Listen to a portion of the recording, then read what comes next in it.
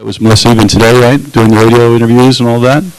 So just by way of context, I first came to the Keys 25 years ago. I'm an avid diver. I've had the privilege of working with young students who are passionate about the oceans. And in terms of our community, I think we all are here for many reasons, probably most of which is we find something very special here. There's a little bit of magic in the Keys and our connection between the habitat and the beautiful natural beauty. So I'm usually happiest working with my foundation with kids. And a lot of the people that you're here today, especially one of our favorite scientists, role models for females, when you ask kids today if you want to be involved as an architect or an engineer, not a lot of hands go up. And I think one of the biggest challenges right now and what we work with in terms of Celebration Sea Foundation, I've been in this kind of kids space for about 40 years and I always remain very hopeful working with children, wanting to get them passionate about these particular careers in STEM. I like to call it STREAM because we try to get kids moving again, put the phones down for a minute, get out there and get wet and explore. I don't think many kids even today know the working end of a screwdriver. Remember we used to ride bikes and build tree forts? Kids don't do that much anymore. So we're trying to get kids passionate about these careers to solve some of these problems. But what today is about, I got a call a long time ago in this particular story with Irma right after to try to help. And a lot of people are very emotionally connected to this place, as I'm sure everyone here in the room is today, or you wouldn't be here. So I packed up 15,000 pounds of food with some friends and was on the phone with my pal Weiland. Mayor Mooney at the time, Jim was very kind to sit with us and do some interviews. We brought the media down, and we were trying to get everybody to understand the impact that Irma had. This one was different. I think we all agree. This is a biggie. So by virtue of being one of the most vulnerable communities in the country, I think there's really an extraordinary opportunity now as we kind of reshift this story into the hopefulness and what we can do together by working together in the future with some of what you're going to hear today. So we initially started with the help of the community, a grassroots organization called keysstrong.org, and Elmira behind me, who's an extraordinary friend and a role model here in the community. I'll introduce her later.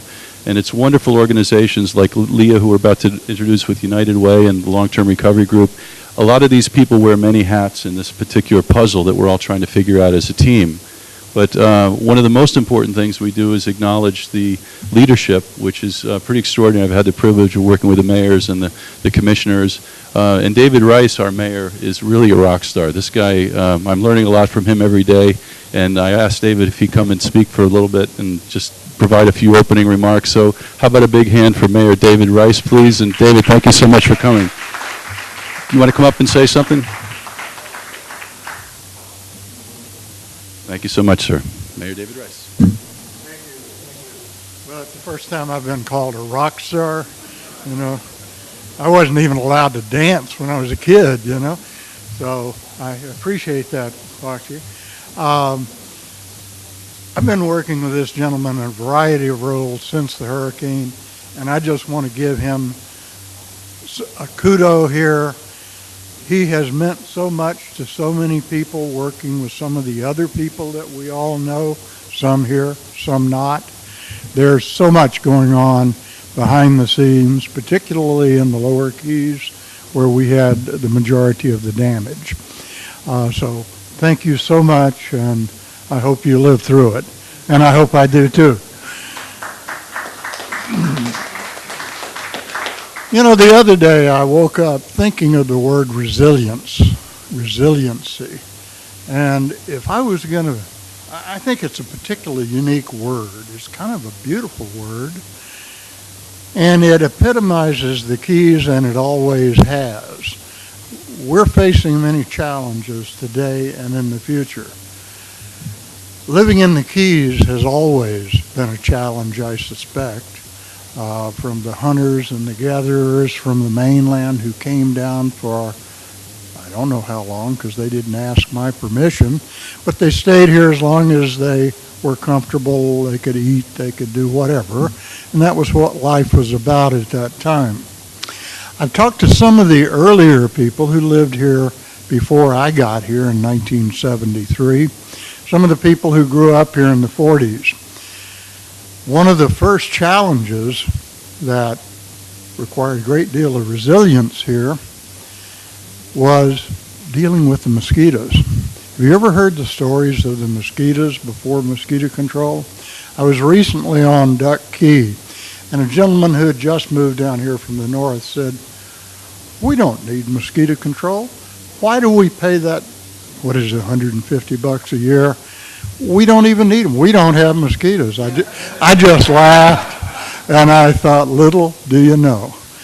Because that was really one of the first challenges. People describe being outdoors when the sun starts to set and you saw clouds, black clouds of mosquitoes headed toward them.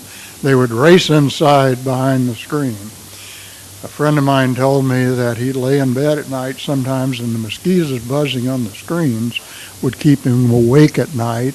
Then his first job in the morning was to get up and scrape the dead mosquitoes off the screens so the wind could come through.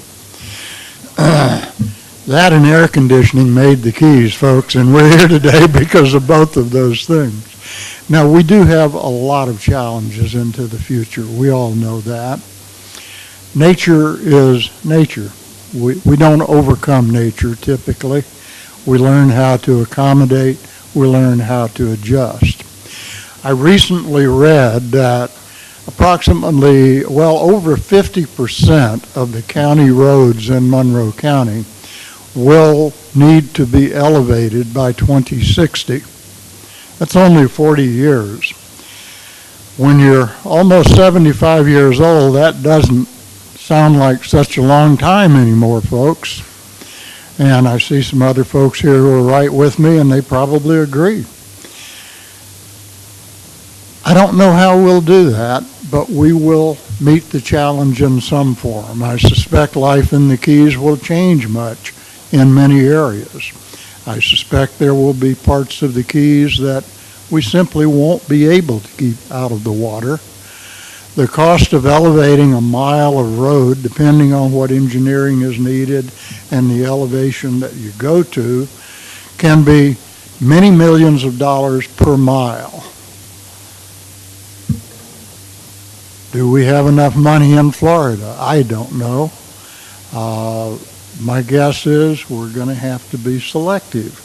So resiliency means many things in the past. It will mean many things in the future. We've all been elevating buildings for some time now.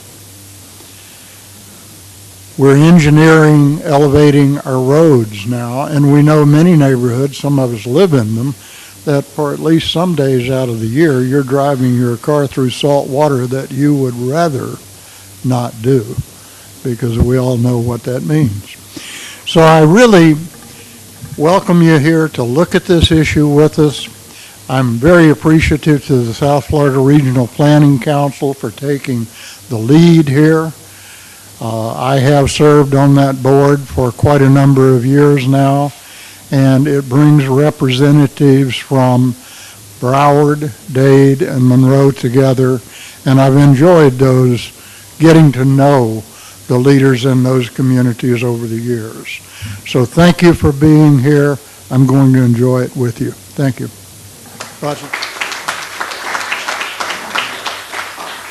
Thank you, Mayor.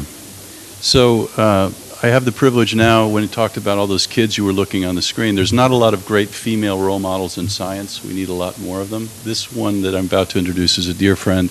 Had the privilege for many years in Miami-Dade and Miami Beach and Broward County producing large-scale resiliency events where we bring scientists and elected officials and asset holders together.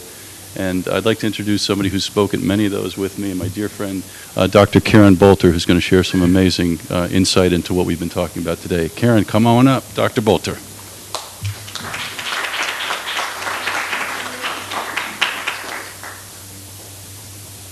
Hi. Can you guys hear me?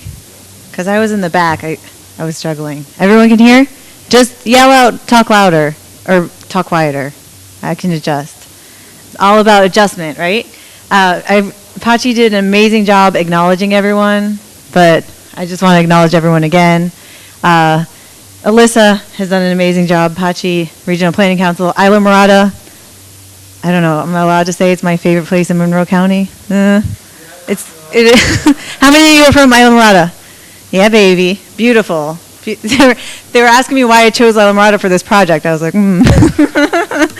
I'm really excited to be here. I'm so excited that the main people to acknowledge are you all, that you came here and you care and that you want to learn. Because my big message is, that you'll see through my presentation today, is all about opportunities and data-driven decision-making. And what does that mean? It means we make choices every day, right? And it's, well, why did you choose that? And you need to have accurate data, and you have to have accurate modeling. And my big role throughout my career is all about risk and understanding our risk. And that it doesn't have to be a challenge, it can be an opportunity. So I'm going to talk a lot about the misconceptions that I've kind of come across with risk and understanding our risk, and that will add to the context of what this project was. Because the main issue with this project is, okay, we have storm surge, right? Who experienced storm surge in September? Yes. We have storm surge, and we know what it's like today, right? We knew what it was like last September. But what is it going to be like in 2040 and 2060 with 1 and 2 feet of sea level rise, right? So we have this planning tool throughout the state of Florida called the Coastal High Hazard Area. It's the area that's vulnerable to a maximum Category 1 hurricane. And this project was basically to model how that area increases with 1 and 2 feet of sea level rise. And that way, you know your risk, right? You know, if you understand, you can drive your decision making. I tell people what I do, that I model flood risk, and one of the biggest responses I get is, oh, when do I have to sell my house, right? And that it's a very loaded question. I never give a year. I say, you know, there's different places, you know, I think Mayor Rice, I love that he said be selective, because it doesn't mean we look at a place and we say, oh, it's so flat and low-lying, everywhere is in trouble. No, there's a lot of places that are not in trouble. And we saw that in September. We saw that some places were hit harder than others. And so when you have limited resources, you do have to be selective and focus on those areas that need the most help. And that's where, and then you go to the next level. So understanding the risk means you have the opportunity. And then another big opportunity is the funding. So I started this project with the Regional Planning Council. Alyssa took over. I now work with Arcadis, and I'm mainly working in federal funding. I don't know if you guys know, there's this thing called HMGP, Hazard Mitigation Grant Program. So FEMA announced last month that $1.2 billion is going to Florida. It could go up 40, 50%, because that's just from the initial declarations. So of that, we have at least 80 million going to Monroe County, not for Irma damage. It can go for any type of infrastructure improvements. So we need to make sure that Monroe County gets every single penny of that money and puts it where it needs to go. So that's a great product of this work. So we know what needs to be done and where. So I don't want to go too much into the background, but yeah, this is some of the work I've been doing with Arcadis. We're doing a sea level rise adaptation plan for Miami-Dade County. Go through the next one. Yeah. So another thing we're doing, a lot of these different risk decision-making tools, even FEMA flood zones, they don't consider sea level rise. So adding that on is really important. You could do the next slide. You know, when you look at risk, you're looking at the likelihood of the risk and then the consequences. And what are the adaptive capacities that the community has, resources that you have. So all of those things come together when you're modeling risk. Okay, next.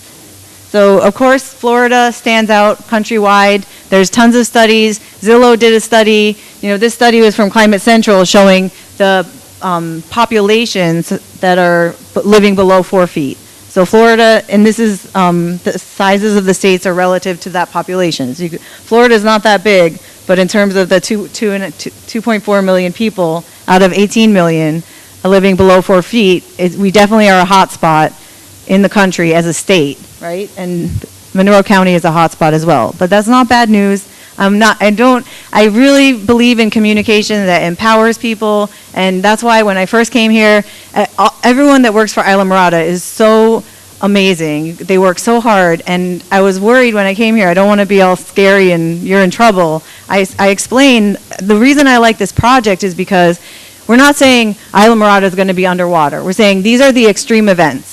When you look at storm surge, this is what's at risk, and this is what's going to continue to be at risk, because we have design criteria and building codes, and they're all fit to the risk today, right? And sometimes they're based on old data. And you have to design, when you're designing something that's going to last 50 years, you have to design to what it's going to be like in 50 years. So that's really a big intention. You can go to the next slide. So what was exciting, and another reason why I was excited to get into this project, is because the way we model storm surge is the National Hurricane Center all around the coast of the United States, they model storm surge using this model called SLOSH, which runs like tens of thousands of hurricanes in all these different directions, and they have these grid cells, and every grid cell, the highest wave height, that's the value they assign. So basically, we had this old model that was more than 10 years old that everybody's been using, and then all of a sudden this new model came out, very high resolution. That's what this picture is showing the results from that model, just the wave height. So I want to talk about this for a little bit. So you can see Monroe County, right? And of course, Islamorada is outlined. So just the difference in the grid cells is that, the same extent in the top picture has 546 grid cells. In the bottom, it has more than 2,500. So 5 times the resolution, right? So that means we're getting much higher resolution. Also, the wave heights got a lot higher because the maximum wave height for category 1, I called it the old basin. They call it a slosh basin, these models. It only went up to 4.5 feet, whereas the newer model goes up to 6.8 feet. It also takes into account the mangroves and all these other ocean dynamics. So one thing that you can see, maybe go to the next slide. This is, go back. Go back one more. Go back one more. Okay, go in again. I had it for all of Florida. It's not there. But the point is, if we focus on Islamorada, what's going on? Did you guys know this? The difference between the Gulf and the Atlantic side? That the wave height can be 3 feet higher on which side? The Gulf, right? Because it's shallower. Because one of the biggest factors for storm surge is the bathymetry. And when it's more shallow offshore, you have a lot wider shelf, the water piles up on top of itself. So what's interesting looking at the Keys is that these Gulf areas, if you live on the Atlantic side and you're lower than your neighbor across the street, you could still be at less risk. Your risk could be lower. Even though you're lower elevation, you're still better off when a storm hits because it's hitting you from the Atlantic side. So there's all these insights to learn about how things work with the tides and with the storm surge that are in our report. So is that on the website yet? There's a report. There's a report with all of the maps, because we also map the infrastructure. Okay, you can go to the next slide. Another thing that we created, because we really wanted a tool for the community to understand their risk. So has anyone ever seen an Esri story map? What's cool about these story maps is that you're not just looking at a map. A lot of the visualization tools, you go in, you don't know what to do. This one, it has a narrative, all of the different tabs have information and results and walk you through how to use the map. So I'm going to do a really, really quick demo of the map. I'm not going to talk about the first 3 tabs, but if you click them, so we'll give you the link, you can read about the methods and the study area. So just go in the browser. Oh.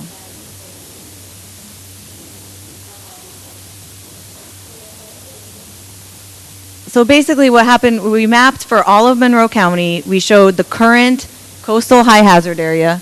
Go to the first tab on the left. So this is the results for all of Monroe County. What we show the current coastal high hazard area. And remember, this is the maximum of maximums. So it is very high. It's the worst case scenario, but just for Cat 1. So it's, and this is in all of the planning documents, everything with comprehensive planning, they always say the coastal high hazard area. So it's really a standard for planning and policy, and you have to have it. You have to have these maps. But then to go another level and say, how does it grow with 1 and 2 feet of sea level rise? That was the intention of this project. So what you see here in yellow, click the legend on the right. In yellow, you see current. So this area here is, and you can zoom out to all of Monroe County, and you can zoom in through the map just using the little plus and minus. But basically, anything in yellow is currently in that coastal high hazard area. So it has to be treated differently, policy-wise. Then anything in green, anything green means between here, where we are today, sea level, and 1 foot of sea level rise, which could happen around 2040, depending which projection you're using. Does that help? Thank you. So anything in green is going to be an increased vulnerability up to 1 foot, and then the red is going up to 2 feet, potentially by 2060. So the important thing to notice is there's barely any green, which is interesting. And that's an interesting insight with sea level rise in general, is that we see this curve and we think it's steady, but it's not. We have pulses, and the pulses are happening. One of them is, it's happened over Earth's history, is when you have a big ice sheet collapse. You can get a pulse of several feet of sea level rise just in a few years. So these things have happened. You know, we take cores of the sediment and we figure out that it's happened in the past. So there's the pulses, and then there's the change in topography, because, you know, if all of the land is in this small increment of elevation, and then once the storm surge hits that elevation, you know, you can have so much more area wiped out. So that's why it's important to kind of understand these tipping points. That's what I call them. So at up to 1 foot, not much change, but then it's when we go up to 2 feet where it almost doubles. So in the next slide, this is the cool part, because you guys can actually look at your house if you live in Islamorada. So look in the top right. Just go to the little guy, the rectangle. So if you go into this tab and you start typing your address, so you type 76900 Overseas Highway, it's going to zoom to your house, it's going to make a little outline of your property, and then it's going to show you where the coastal high hazard area is, whether you're inside or outside of it, where the streets to get to your outside of your house are near it. And then so we have the slider bar. So slide to the left. So what's happening is when Alyssa slides to the left, we're adding a foot of sea level rise. So you can see how on the left, there's more areas, there's more red. When she moves to the left, there's more red, because of course, with 1 foot of sea level rise, it grows. So I really welcome you guys to use the link. It's very short, so you can write it down. We'll go back to the slide and type in your address and just understand your risk. That's the intention here. And the intention is that a lot of these properties, especially the newer ones, they're built, I was mile marker 94, those new apartments, they're huge. They're like, what are they, 15 feet above those little townhouses? They're beautiful. So a lot of times it's okay. And that's the nice thing, is that when I definitely encourage development and rebuilding, but doing it in the right places. And so a lot of these low-lying areas, those can be maybe set aside by the city, by the village for water retention. So there's a lot of opportunities once you understand, because not every piece of land is the same, right? And what's nice is you can see all the mangroves in green, and mangroves, I'm sure Chris will talk about this more, are one of the best defenses. They're just an amazing buffer for the wave energy, and so there's a lot of natural resilience resources. And yeah, this is basically in the nutshell. So I found this case study. This was just after Irma. I was watching the news, and there was this woman on ABC News, and she was standing in front of the Sandy Cove Apartments. You guys know this apartment complex? So I decided to test it on the tool. So this is what it looked like before from a Google Maps street view. And then if you go to the next slide, then this is what it looked like. So I used the post-Irma satellite imagery to kind of see the image on the left. It's kind of weird because they're dock. Look at all that sand. Did you guys see a lot of that? Like the sand clustering up? So you can see the before and after Irma from above, but what about from below? So go to the next slide. So here's this lady from ABC. Have you guys seen this? So Alyssa went there yesterday. It's still in the same condition. Really crazy that a 3-story condo was reduced like that. If you go to the next slide, what I noticed also was that when she hovered over, look at this blue house next door. So the blue house was in great shape. So my inquiry was, I was just playing on Zillow, like why, it must be when it was built. There's a building code, maybe the material, right? Maybe one of them is not in the coastal high hazard area. So your built, definitely the one that crumbled is a little bit older, but then what I did was I went into the tool, and so if you see that blob of red, that's the Sandy Cove Apartments that collapsed, and it's in the coastal high hazard area, and the blue house next to it is not. So then when I slid the bar to the left, I showed that with 1 foot of sea level rise, that property is now vulnerable and in the coastal high hazard area. So that's a way to look at this tool, is like, just because it's not at risk now, will it be at risk within your mortgage cycle? So that's what you care about, right? Because when you want to buy a new property, something you can look at. Just because it's not in a flood zone, what does that mean? The flood zones don't consider sea level rise. And I don't think they're done very well. No offense, FEMA. Anyways. All right, so I'm wrapping up. How am I on time? Okay? Oh, okay. That's great. So we have more time. I mean, I think I went through this more quickly because I was worried, but really it's about adapting and funding and how can we keep things very positive. So I put Miami Beach on here because they're kind of a poster child, right, for South Florida. All of what they're doing with the pumps and with raising the roads and being very creative, and they have the money to do it. So we've had some interesting solutions come out of there and some interesting stories, right? Do you remember the octopus in the parking garage? And then they raised this one road, and then there was flooding, and the bar that got flooded tried to claim to their insurance company, and the insurance company was like, well, you're below the road, you're a basement, right? So these are things like these unintended consequences that come about. The big and you know, I meant to say this earlier. I'm going to go back. Like, one of these misconceptions that people have is, oh, this is something in the future, right? This is like sea level rise. I'm hearing things like 2100, this many feet. You know, the kids are going to figure it out. We'll be dead by then. That's what people say. It is what people say. But so I think the importance of tools like these is that in terms of communication and a call to action is that it is already happening now, right? Like Mayor Rice said, there's already several days a year that we have tidal flooding just because it's a full moon in September or October, right?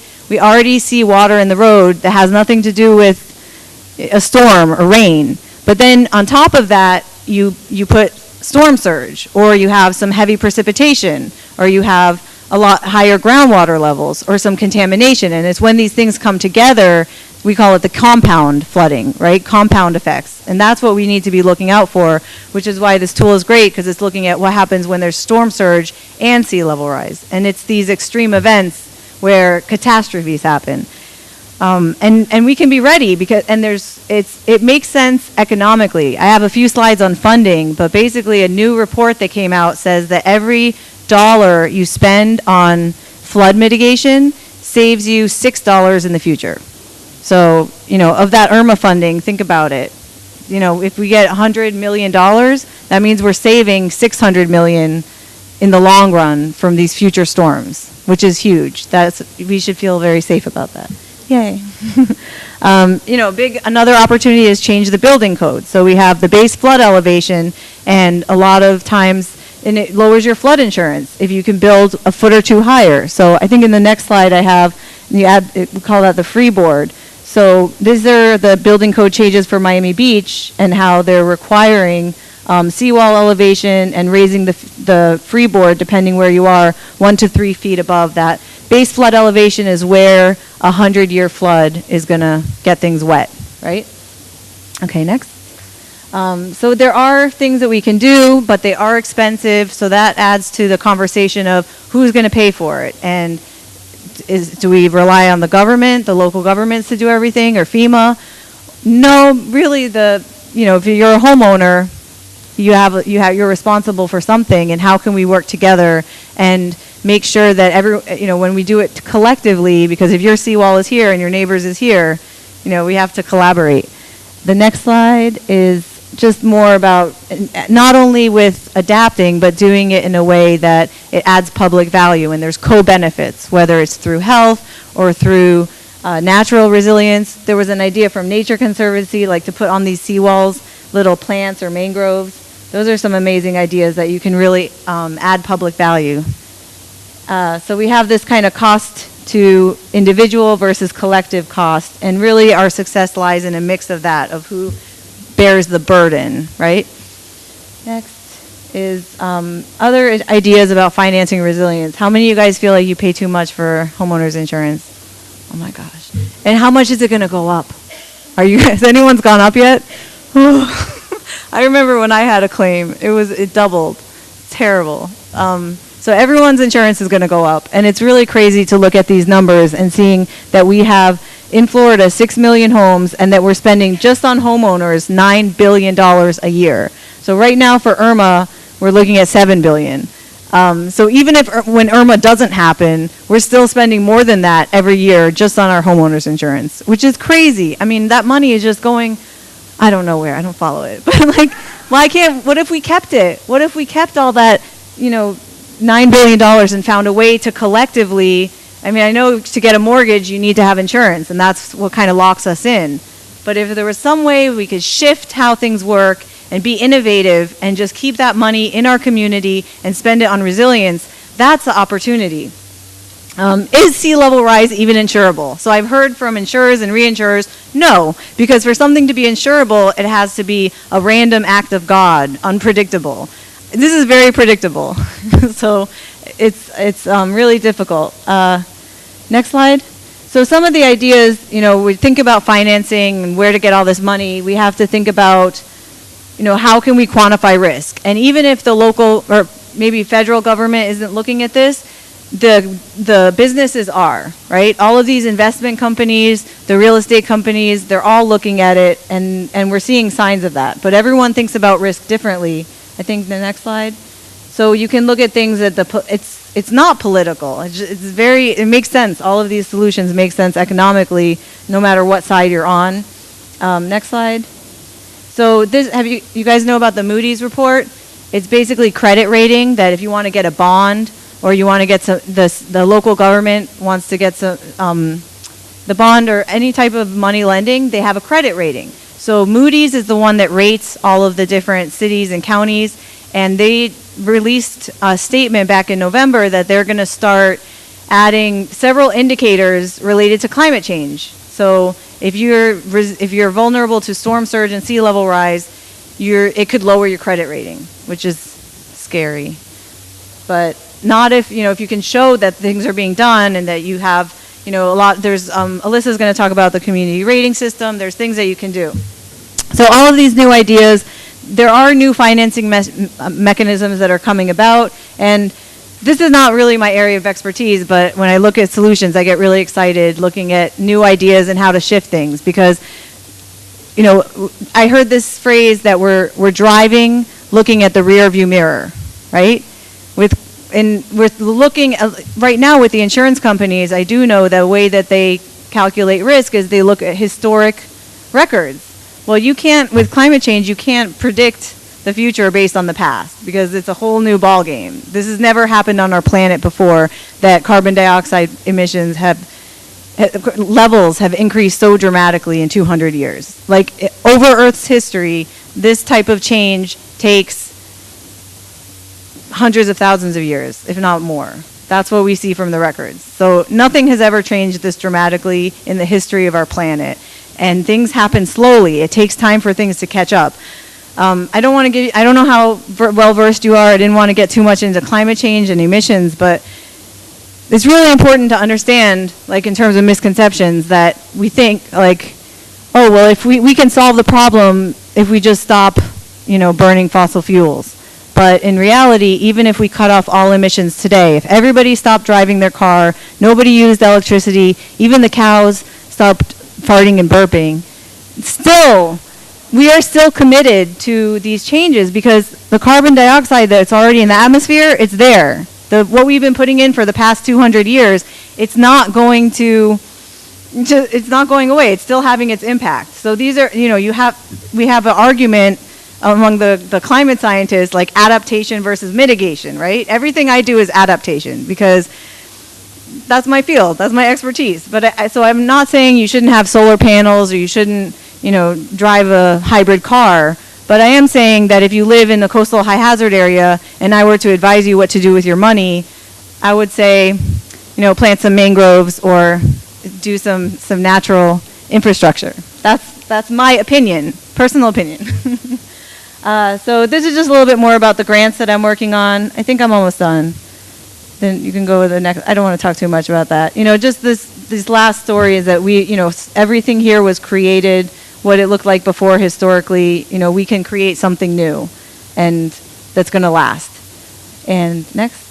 So just some flooding during the 1920s. Next. This is my son George. Wait, click one more time. That's my contact too.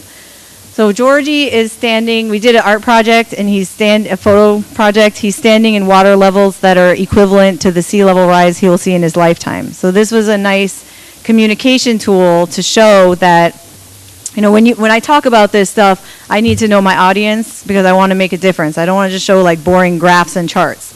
I want to I want to listen because I want to know what your concerns are and why, because that way we can get the message wider and get more people engaged, because that's how we find these solutions. So what do we talk about? We can talk about the finances and how much money we can save, but some people want to know more about the health impacts. Vicky's going to talk about that. You know, where do we have septic tanks? Where do we have mosquitoes? And, you know, Mayor Rice mentioned mosquitoes. Like, that's the diseases, right? Zika went crazy. There was a huge impact of the Zika in Miami. We can talk about environmental justice. So where are the low income populations at low elevation? We can talk about just the catastrophic, I put here catastrophic impacts of creeping changes, because it's the type of thing that we see, oh, it's just a little bit every year. But at some point, reach that tipping point, and it is going to be catastrophic. Like, is someone ever going to die from sea level rise? Maybe not directly, but it's still a very big deal that I feel people are not as concerned as they should be. You guys are, because you're here, so I appreciate you, and I thank you so much for your time. Thank you.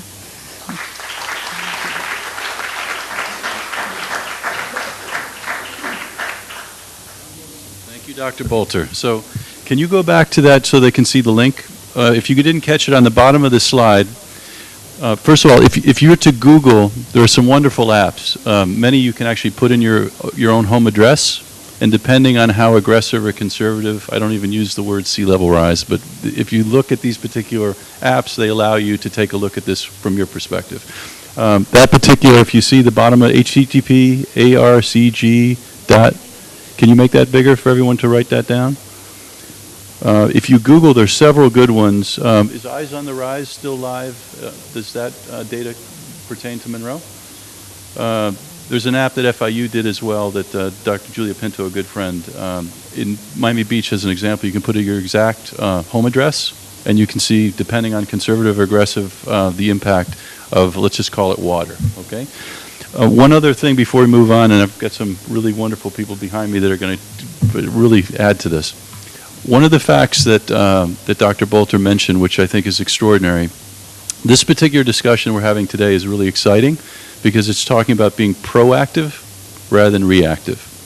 So if you look at the economics, when she talked about the 1 to, it's actually like 4 to 6, depending on who you talk to, as much as 6? Okay.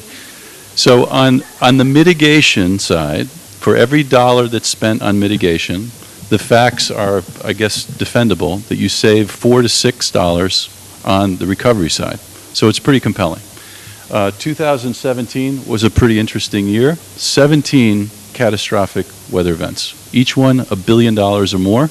And if you think about communities like what Harvey did to Houston, what happened here as the cameras moved to the Keys, and then what happened when the cameras moved to follow Maria in Puerto Rico, and our poor friends in the U.S. Virgin Islands, they got the double whammy of Maria and Irma. And I was just keynoting, I was honored to be asked the Pacific Hurricane Conference. Hawaii missed 15 cyclones. We had one slide from NOAA, 15 times they missed the bullet. So the conversation that's happening today with your leadership, Dr. Bolter, and obviously the Mayor Rice, thank you. These folks are going to put some wonderful perspective on this, but it's really about this forward-thinking piece. So I'd like to introduce Leah Stockton.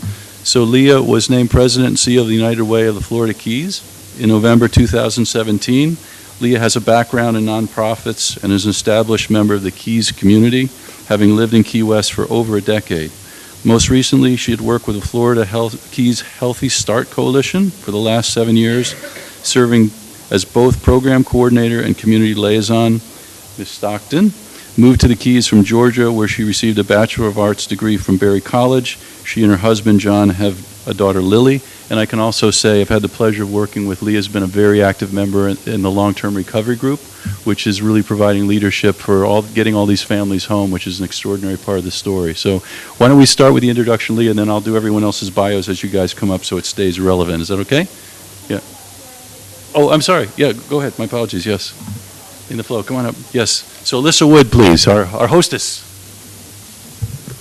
I'm just going to speak for maybe 2 minutes, so it'll be really quick. And because no one's manning that, I'm just going to stick on one. So thank you, Karen, for showing us the modeling results and showing us some ways that we can be adapting. So I want to bring attention to a 2015 study that was done here in Islamorada. Islamorada Matters. I had a slide, but I'm not going to show you. It suggested a lot of really great ways to increase adaptive capacity and resilience of Islamorada, including things like green infrastructure, updating your stormwater master plan, living shorelines, and stakeholder discussions. And so FEMA has the CRS program, Community Rating System, and I realize that you all are a 6. You're rated as a 6, which is excellent. 5 is the highest any Florida community goes, and you guys are only 300 points away from that. So I just want to bring attention to just a few things that you all could use to increase your CRS score, which I realize that there's 2 individuals in here with the village who are responsible for this. So my apologies if I'm stepping on any toes or not realizing that you've done some of these already. First is outreach, so that could be as simple as brochures, putting something in a newspaper, posting signs where there has been storm damage or where there's storm damage projected, doing all of the activities within, it's called CRS 300 to 301, or 330 and 331, you can get 350 points, which would put you as a 5. I'm sure you've done a number of those already, though. Second is increasing your stormwater storage. So, of course, as sea level rises, your vertical storage volume decreases. So making sure that you're planning for increased stormwater, for sure. Adaptation action areas is an optional framework that was signed into Florida statute in 2011 that allows communities to prioritize adaptation infrastructure funding in particular areas. So that would be somewhere that's flooding regularly that you could use as kind of a model for doing those actions throughout the rest of your community. So putting that into your comprehensive plan is something that could be really, really great, get you lots of points. And CRS scores, they equate to discounts on homeowner or flood insurance premiums. So it benefits the residents, and they're also good guides to let you know maybe what good options you should take into consideration. Low impact development is my personal favorite. It's plants, not pipes. So using plants instead of depending on gray infrastructure, it's a hell of a lot cheaper. It's very beautiful and less expensive to replace after storms.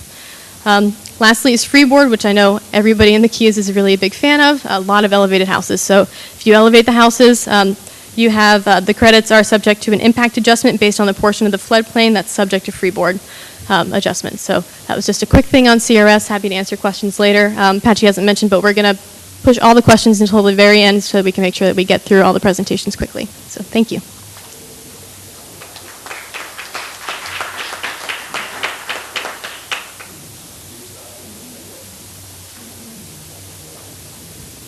Hi, can everyone hear me? Yes, okay. I'm glad to be here today. I have to say that I am a bit of a novice in the sea level rise category, but I am glad to be here and participate. This actually really hits home for me. I've been here in the Keys 13 years, and 12 years ago during Hurricane Wilma, I had 3 feet of storm surge in my home. This time I was much luckier. I fared much better during Irma, so I'm very grateful for that, but this is a very real need for many of us. So what I'm here today to talk about, we talked this, Dr. Volter mentioned the health impacts and the financial impacts to the community as a result of this.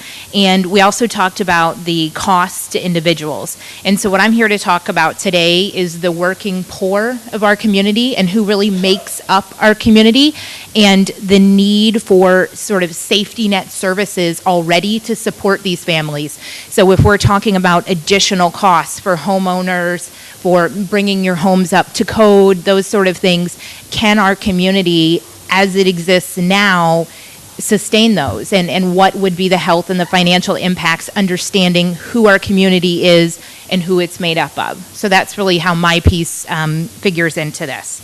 So we're going to go ahead and get started. We have a video, cross our fingers that it plays. Just gives you a brief snapshot of the safety net services here in the Keys.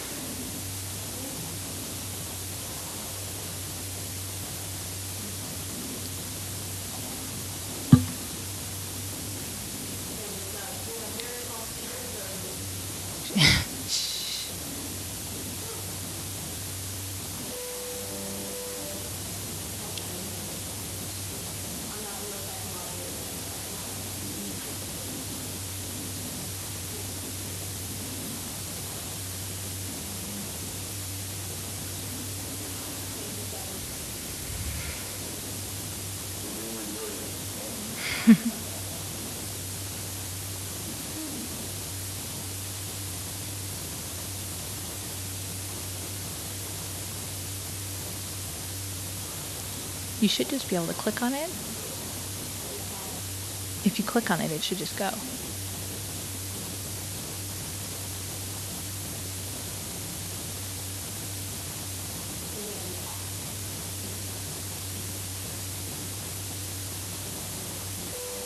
Here we go.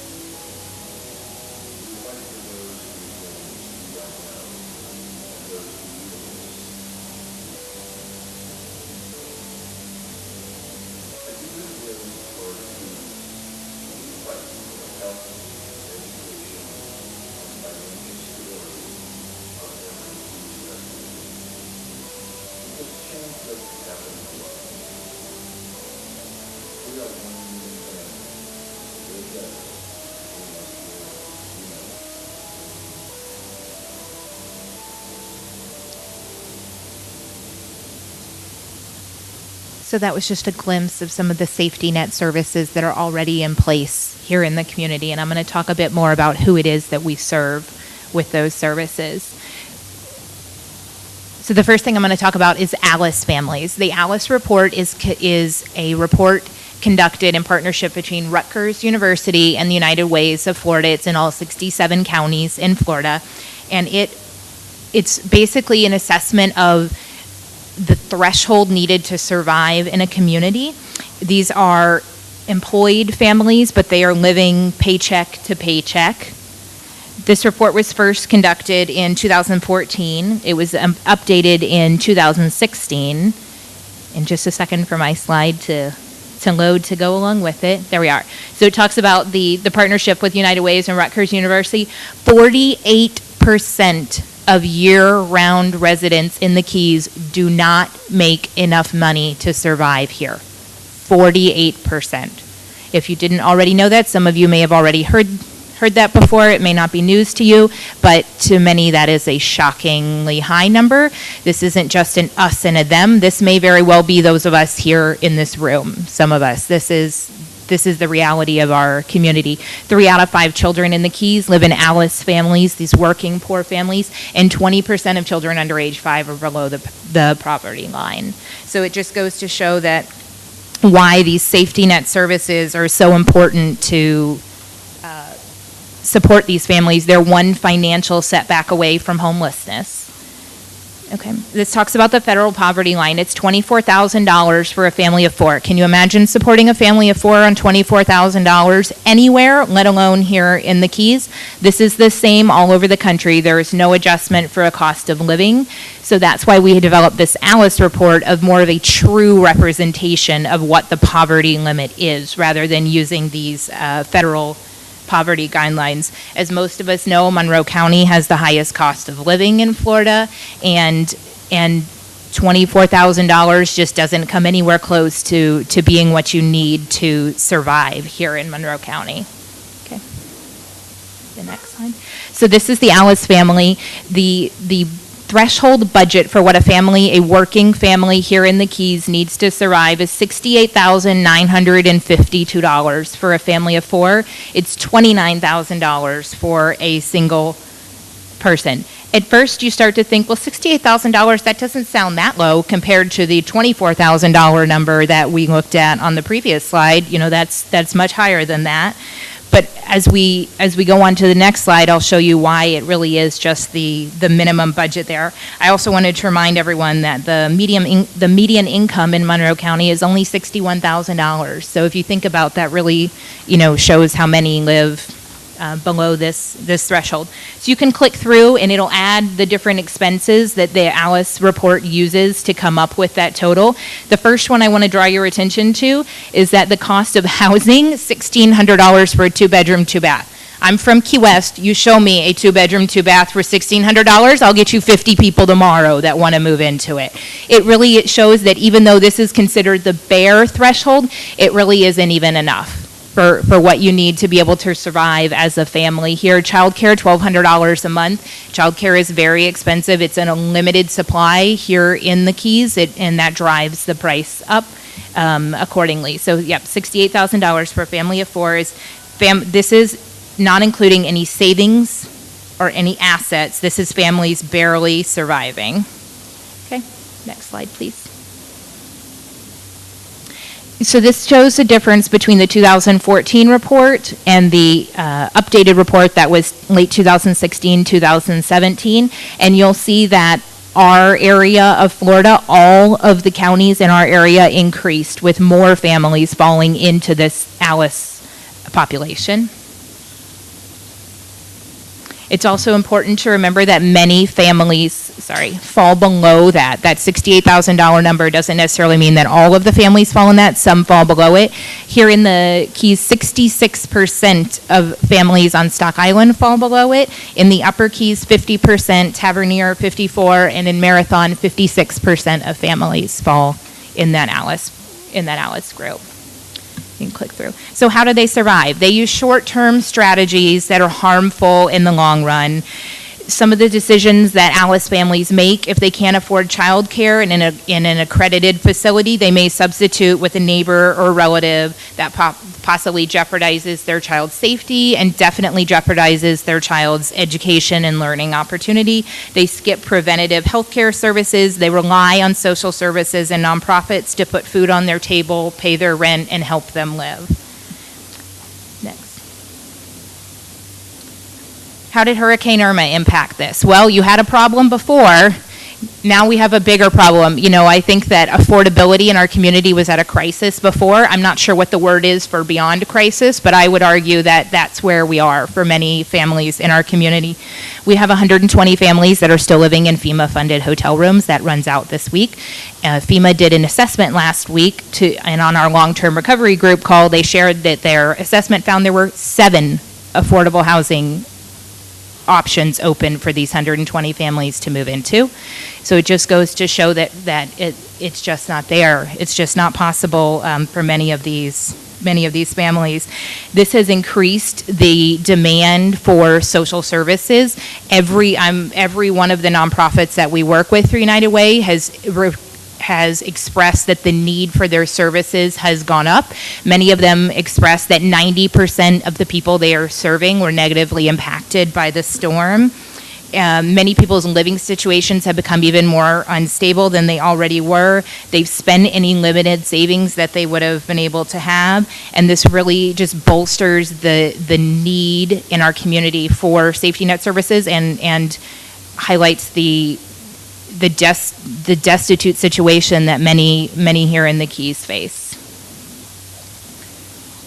This affects our entire community because this is the backbone of our community. This is not just the busboy and the maid. This is also the fireman, the teacher. This is who our these are the families that we need to survive as a community. And thinking about it from a community standpoint, the lack of, for instance, quality early childhood. If your child is staying with the neighbor and they're not getting those learning opportunities, by age 3, children in poor households, the children hear 30 million less words than their more affluent peers. So you think, these children are starting off, behind the 8 ball right from the beginning. And so that as a community, recognizing that this is a longer term problem and a greater problem than just, I can't pay my rent this month, I think is really important. The instability that these families experience really jeopardizes our entire economy, our economic growth, et cetera. Next slide, please. This is just a few of the faces that we serve. Next. What are we doing to help? We have a community-wide partnership between local nonprofit organizations, community leaders, and businesses that are buying into this idea of how can we support these families. We have direct services through United Way. We fund others in the community to be able to support these ALICE families. Next. There we go. All right. I just want to reiterate again that a little bit goes a long way, and that this really has to be a community-wide effort to support these working families. Here in the Keys, what we're already doing and the importance of that has become even more so. And if we add in things like extra costs to the homes and increasing insurance and that sort of thing, even if these families aren't homeowners, which many of them aren't because they simply can't afford that, the landlords are going to tie that back in, increased rents and that sort of thing. So as we're talking about all of this, keep in mind the full spectrum of people that all sea level rise and everything that we're talking about, sustainability will affect. The resilience of these people is already challenged, and how much more will this be as these situations continue to unfold. Thank you.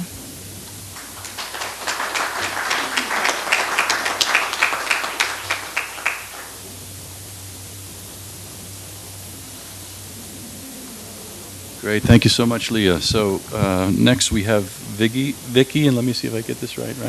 Why can't she have a normal last name like Pachi, okay? Vicky Boguszewski, yes. So Vicky is a public health analyst and serves as the chair of the Monroe County Climate Change Advisory Committee. She was also appointed the Florida Building Resiliency Against Climate Effects, in parentheses, BRACE, right? Technical advisory group the following year, in addition to being a yoga instructor, I guess, right? She served as a member of the steering committee for both the health impact assessment of the Southeast Florida Regional Climate Action Plan and the health and vulnerability mapping project of the Florida Institute for Health Innovation in 2014 and in 2016, respectively. She received BRACE funding in 2015 to conduct research into the perspectives of Monroe County healthcare providers regarding weather-related health impacts, and is currently being considered for evaluative funding to improve the outreach and engagement processes of the climate and health conversation in Monroe County, Florida. Please welcome Vicky Boguszewski.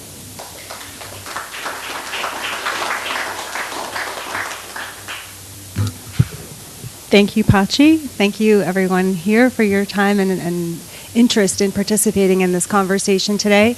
And thank you, of course, to Alyssa and the South Florida Regional Planning Council and the Village of Islamorada for hosting today's event. And let me just go ahead, sort of set the tone. I think all of my peers, of course, who I also thank, have really given you a good understanding of kind of where we are for right now. And as I walked from that seat to this spot, the script that I had has disappeared. So just give me a second. I'm sure it'll come back.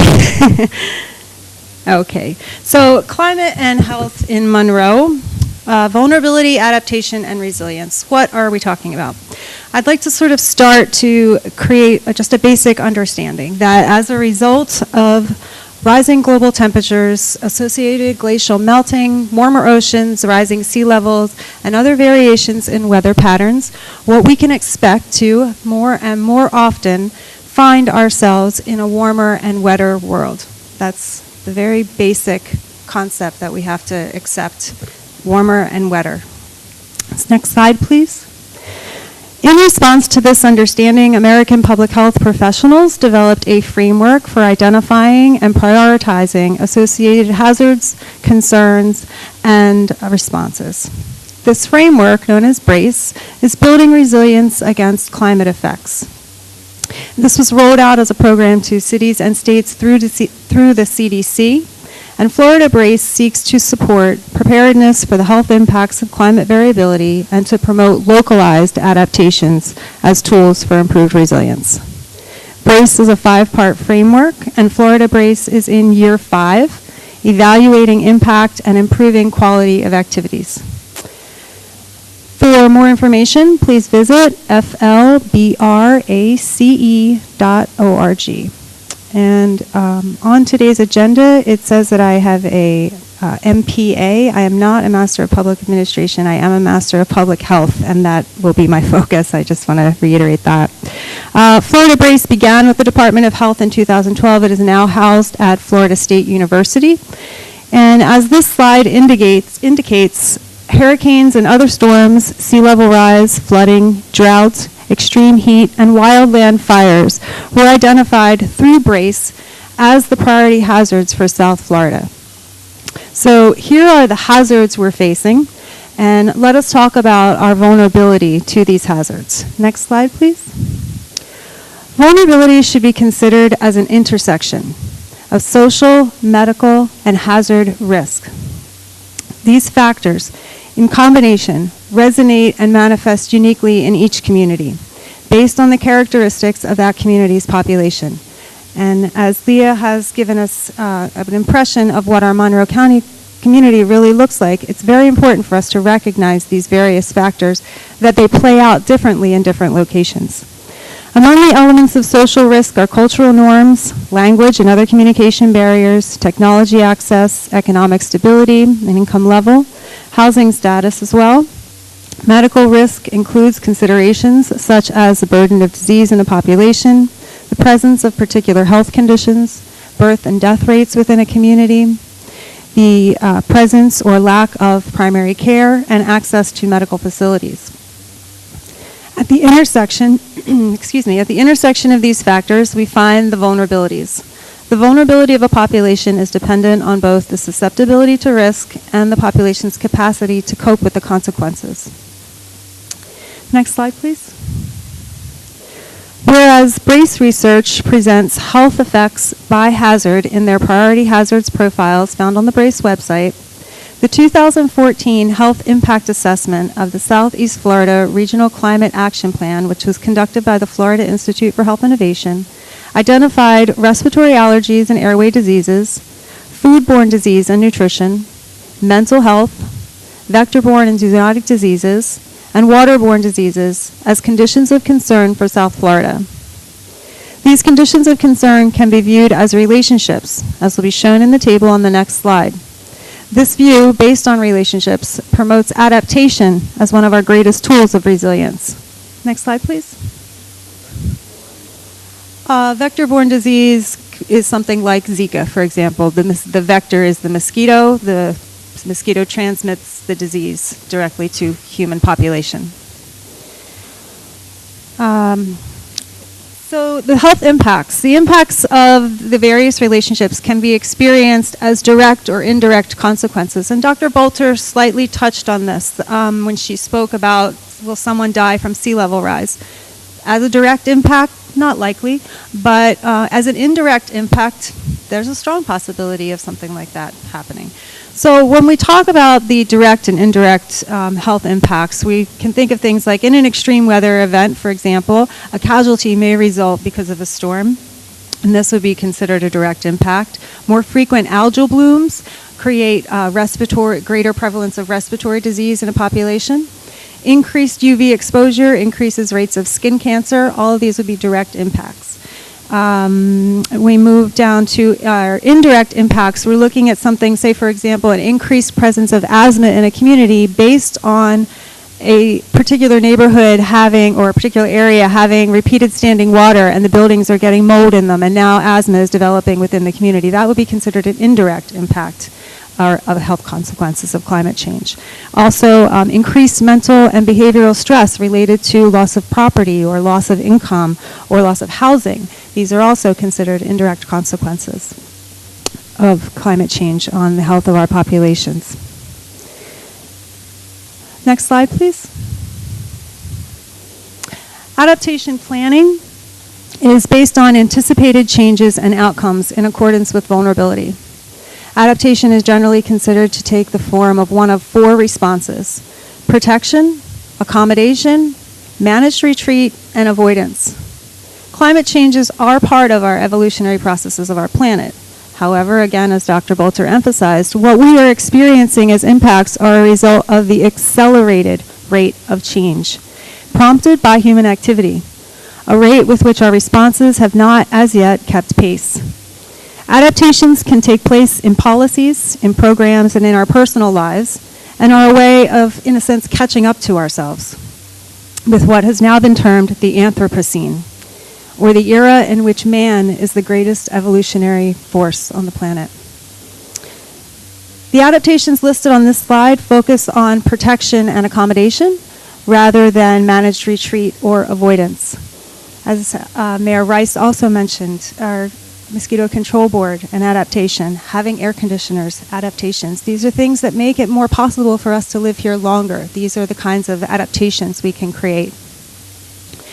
Adaptation planning is adjusting practices, behaviors, attitudes, and processes in the immediate to changing conditions as they are presently being experienced and as they are anticipated to be experienced in the future. And I'm just going to repeat that sentence because I find it to be really the crux of what I would like to communicate with you. Adaptation planning is adjusting our practices, behaviors, attitudes, and processes in the immediate to the changing conditions as they are presently being experienced and as they are anticipated to be experienced in the future. Next slide, please. Resilience is the ability to respond and recover in the face of change. According to the Florida Department of Economic Opportunity, adaptation is the steps a community takes to become more resilient to impacts over time. This type of planning involves a degree of uncertainty as impacts are expected or anticipated based on recognized risks and vulnerability to these risks.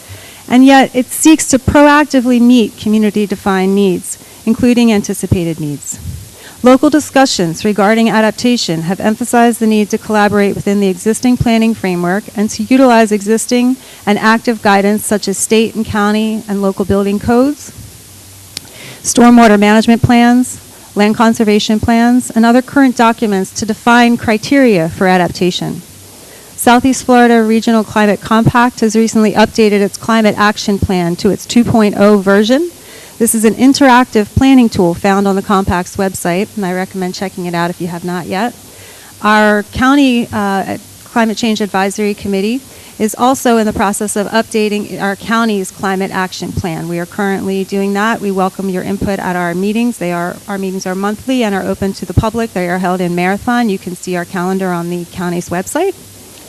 The federal adaptation planning documents recommend adaptation to focus in particular sectors, and they suggest water, ecosystems, health, agriculture, energy, transportation, coastal vulnerabilities, and international concerns to be the sectors that adaptation planning can focus on. Based on this research, as initiated under BRACE in 2015, my primary recommendations, as are also found on the handout that I have provided today, are communicate and advocate for increased awareness of potential impacts and adaptations to address them. Participate in the local and regional planning agenda. Utilize multi-level and cross-sectoral preparedness resources, including trainings, templates, and continuity of operation planning tools in both public and private realms. Identify baseline health data and monitor conditions. Record and report trends as well as causal relationships. Coordinate across levels from local to federal, both civically and within professions. We may find that our peers working in the same field as us in another community have encountered an experience or a piece of information that has generated an innovation that we can adapt to meet our needs. So that our county challenges us in many ways to collaborate and to connect with our peers, but I think this is an opportunity to succeed rather than, as Karen said, an obstacle. Sometimes our challenges are just greater opportunities for success rather than obstacles to achieving success. And lastly, recognize that within a population there is variability in vulnerability. So not everyone in Monroe County is vulnerable in the same ways. Not everyone in Islamorada will be vulnerable in the same ways. Next slide, please. We talk about vulnerability as these intersections of exposure to a hazard and the risk of impact from the hazard. At these intersections, social and medical factors add additional layers to hazard risk.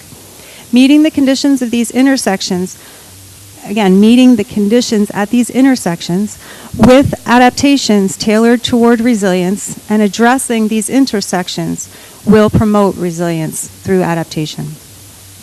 It is important to assess vulnerability to understand resiliency needs at the onset of the process of building adaptive capacity.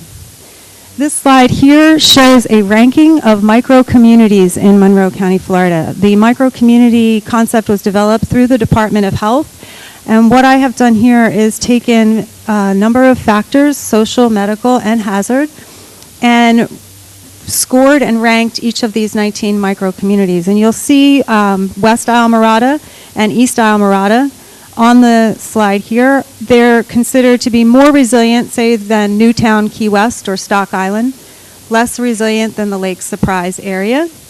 Not a lot of population in Lake Surprise to be vulnerable. You'll notice, of course, West Islamorada in this ranking is considered very resilient.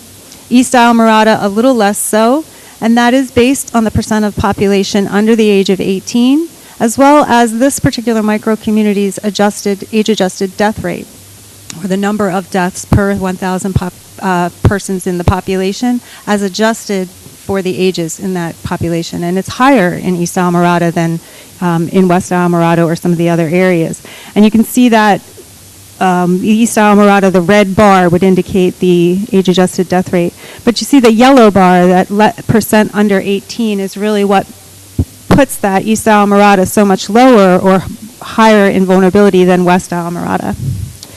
And so with this slide, I'd like to just conclude my presentation, and I again thank everyone. I'm sorry, next slide, please.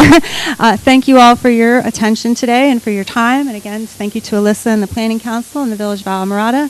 And I appreciate that you're interested in participating in this health and climate conversation, and look forward to our discussion. Thank you.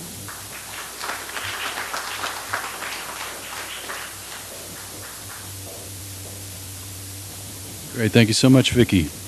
So next, pleased to introduce Chris Berg, who was raised in the Florida Keys and studied environmental conservation in Florida and Arizona prior to beginning a career that has run the gamut from nature preserve management to urban conservation strategy development. In 2005, he helped initiate the Florida Reef Resilience Program, FRRP, an interdisciplinary partnership amongst coral reef managers, scientists, and other NGOs and business designed to help Florida's reefs and reef-dependent people cope with climate change impacts, and he has overseen the Nature Conservancy's partnership-based coral reef restoration efforts. In 2013, he helped launch and now leads the South Florida Regional Climate Change Compact's Shoreline Resilience Working Group, which is focused on identifying opportunities for natural or natural-based coastal defense for one of the United States' most vulnerable regions with respect to hurricanes and sea level rise. He led the Nature Conservancy's early and ongoing work on sea level rise vulnerability analysis for the Florida Keys, and is overseeing the development of online decision support tools that help people in the Keys and Southeast Florida's urban areas look beyond their vulnerability and to the nature-based solutions for reducing that vulnerability. Please welcome Chris Berg. Thank you, Chris.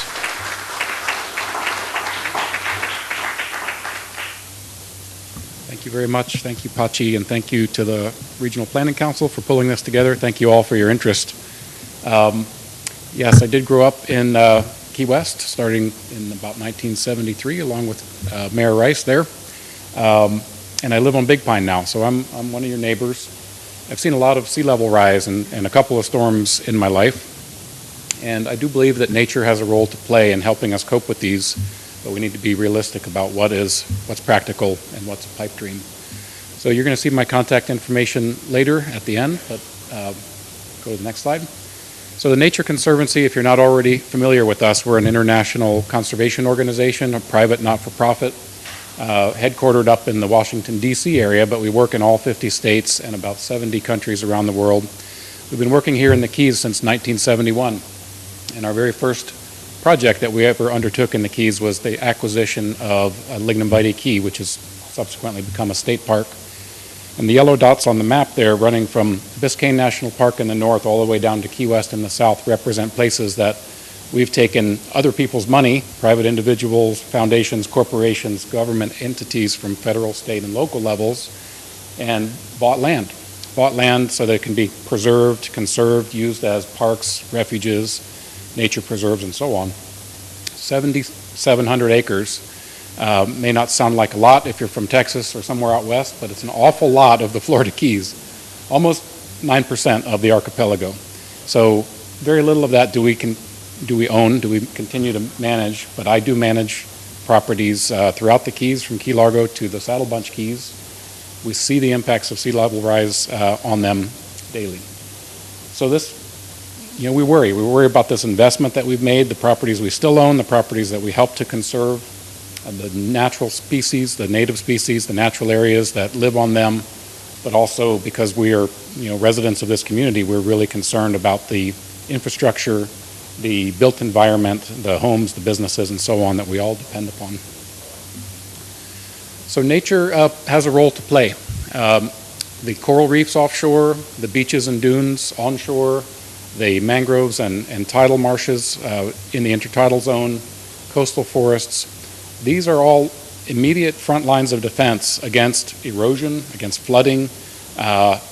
They have a role to play in protecting us from storm surges, but let's be realistic about that.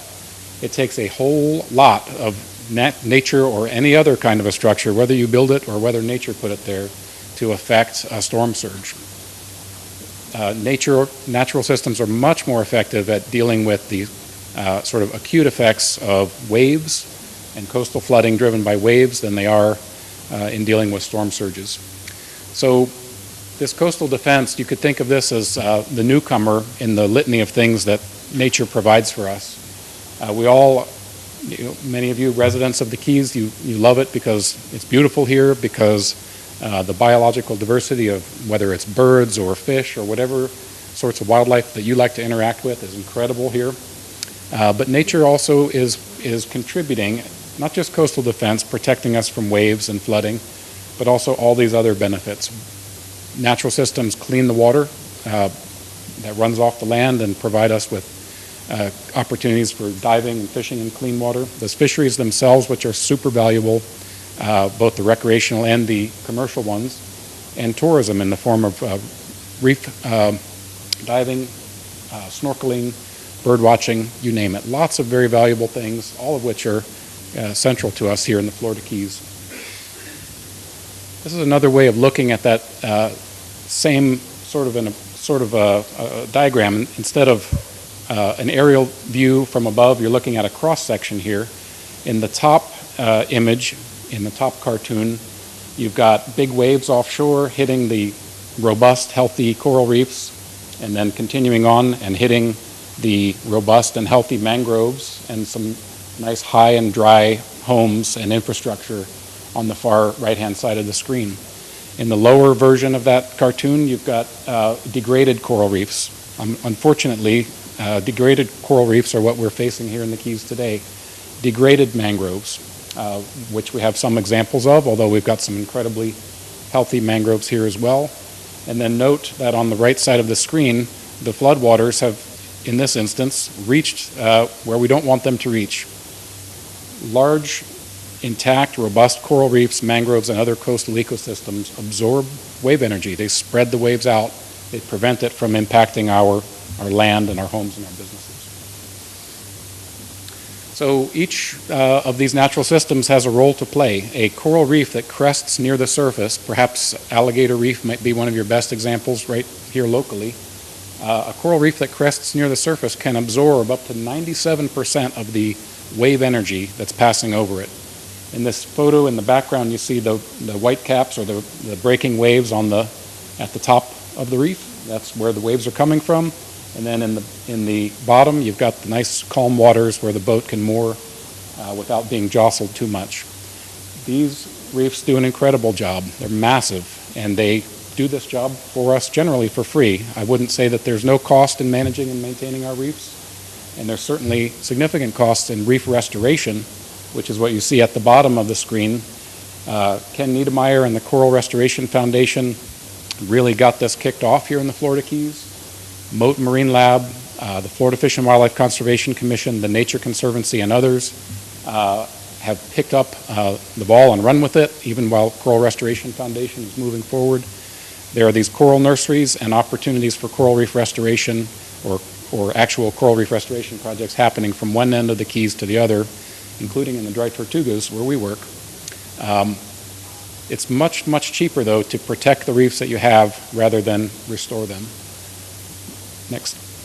So the same goes for our beaches and dunes. This is a photo from the mainland up around Palm Beach County. We're not as well known for our beaches and dunes here, but they do exist. You've got what's left of Sea Oats Beach here in the village. You've got Ann's Beach. You've got a variety of others throughout the county. These do an incredible job of protecting the shoreline, absorbing wave energy. And although they may erode during storms, it's a lot better to have your beach and your dune erode than your home or your highway or your road or your local road. Next slide. Mangroves. This is the west end of Marathon. That's Boot Key, the big green blob in the bottom. Boot Key is 99% or maybe 95% mangroves. It does an incredible job of protecting Boot Key Harbor and the old part of Marathon from waves coming in from the ocean side. It also, as we know, filters the water, reducing pollutant loads, provides homes for wildlife, supports at their very foundation our fisheries. So a very valuable ecosystem in many rights, but super effective at absorbing waves and their energy and their destructive power. So there are also opportunities and in fact examples all around the state of Florida and around the world where people are combining natural systems like mangroves in this case with engineered or constructed systems like the boulder sills in the foreground of the mangroves there into what are called hybrid projects or gray-green projects. This is something that we're really promoting. We're trying to get people to think about these as alternatives to pure concrete seawalls, bulkheads, rock breakwaters, and so on. They provide many of the environmental benefits of natural systems, and they are coupled with some of the very predictable protective benefits of engineered systems. So this is underway for the Florida Keys, and it's already been conducted for the other 3 counties within the 4-county Climate Compact region. This is an assessment led by Dr. Diana Mitsova at Florida Atlantic University that has looked at options or the suitability of various stretches of shoreline on the mainland for different sorts of living shoreline or hybrid solutions. As I said, it's not completed for the Keys yet, but it's getting close, and we'll be able to share it with you all soon. This suggests that under certain conditions, dependent upon water depth, dependent upon the wave environment, is it a wavy place or a calm place, dependent on what's already on the shoreline, there are different suggestions for generically, what sort of project would make sense to minimize the erosion and the flooding for that property. So I'm going to give you a quick little example from right here in the village. The Climate Compact, which has been mentioned several times, is a partnership among the 4 Southeast Florida counties, Monroe, Miami-Dade, Broward, and Palm Beach. It does all kinds of great things. One of the really interesting and creative things that it supports are these resilient redesign workshops. So these pair local governments, whether it's county or city, municipal, with design professionals from private industry, so architects, engineers, landscape architects, as well as from universities, and bring in the students from these universities to do a lot of the heavy lifting, and have an intensive several-day workshop wherein the challenges faced by the community are addressed. Looking forward, accounting for sea level rise, accounting for the realities of storms and other impacts. So last year, 2016, I guess it was, the village agreed that Lower Matecumbe Key would be one of the 4 sites that were workshopped, or 3 sites that were workshopped. The other 2 were in Miami-Dade County. And among all of the other things that we looked at for helping Lower Matecumbe Key cope with climate change, we focused in on the vulnerable stretch of Highway 1, US 1, and Sea Oats Beach, which is in that sort of middle section on the south shore of Lower Matecumbe Key. Why did we look at that? It's because it's a critical vulnerability. The beach that used to exist there and was much wider has eroded away over the decades. The highway itself is relatively, in fact, quite low-lying at that particular area. And the highway, it's not just that it is our only way in and out of the Keys, but it's also the foundation, if you will, for the power lines that you can see in the photo, our aqueduct, and basically all of the life support systems for everything south of there through the Keys. So next slide. So our interest was not just to say, what's the easiest, cheapest, or most expedient way to fix the problem. We were trying to be creative, trying to incorporate, in this case, some of these natural or hybrid solutions. And we took off all of our blinders. We didn't worry about what it would cost. We didn't worry about the permitting hurdles or any of the other things that one must face when one really does a project like this. But nevertheless, it was an interesting result. So the proposal, in essence, was raise that part of the highway and then restore the beach and dune system offshore, not only so that sea turtles can nest there again and shorebirds can feed there again and people can walk their dogs there again, which you basically can't do now, but also so that the beach and dune system itself would become a protective feature to help protect the highway. It's a little difficult to see in here, but we know because of the erosion that has occurred there that we can't just dump sand and expect it to stay. So the features that look like, gray squiggles on the map from up here are rock features. Think of them as artificial reefs or jetties or groins or whatever sort of technical term you like to use, which would help the sand stay in place. Now those features have drawbacks, environmental drawbacks of their own, but the folks that we had in the room thought that this was the way to go. Next slide. So this is a cross-sectional view. In the top you've got the cross-section today, wherein you've got the low-lying road sloping off into the ocean to the right. And then the proposed new way, you've got an elevated road parking on the seaward side of the highway for people to get out and walk. You've got a constructed dune, a wider beach, and then dropping down into the ocean, and then that offshore hump is one of those rock features.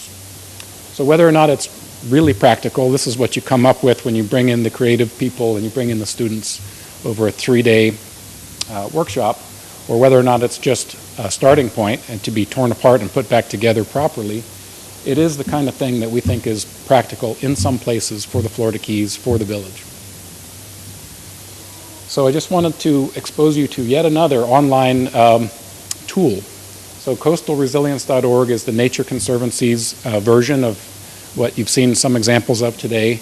If you're anything like me, you want to have the right tool for the job, and all of these online tools do or specialize in different things. This one emphasizes the role of nature in adaptation. So coastalresilience.org, you can go in and get sort of background on the general concept. You can get relevant documents. If you go to the mapping tool, which is maps.coastalresilience.org, and then select the South Florida button, you can dig in and look at all sorts of things. So we started off thinking about vulnerability. How vulnerable are we to various amounts of sea level rise, 1, 2, 3, 4 feet, etc.? How vulnerable are we to storm surges? And unlike Dr. Bolter's tool, which has a variety of different storm surge options that you can select from, we just modeled Wilma. We took the parameters from Hurricane Wilma because people were quite familiar with it. We said, here's what Wilma would look like if you added 1, 2, 3, or 4 feet of sea level rise. So you start with these base images and then you add layers on top. So you can pick regular maps, or you can pick aerial photos.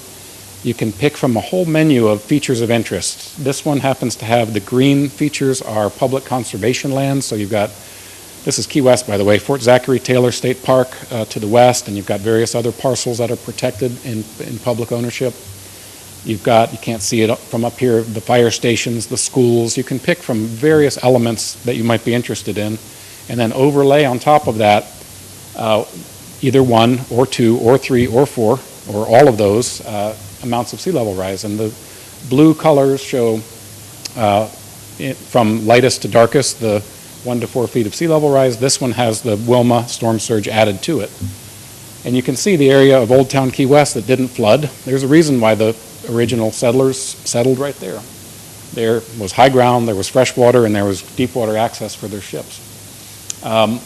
So this, again, was really driving at vulnerability. Which places are vulnerable to which sorts of exposure? But we're trying to evolve that and get more into answering the question, how do we make ourselves less vulnerable? So we're building out these assessments with Florida Atlantic University and others. We're doing demonstrations. We're identifying projects that have been done that can be models, and we are promoting them through the Climate Compact, through opportunities like this. And here, again, you can see those websites. You can see my contact information, and you can reach out to me at any time. I'm based on Big Pine. I drive through your beautiful city all the time, and I would be happy to help explore any of these ideas. Thank you very much.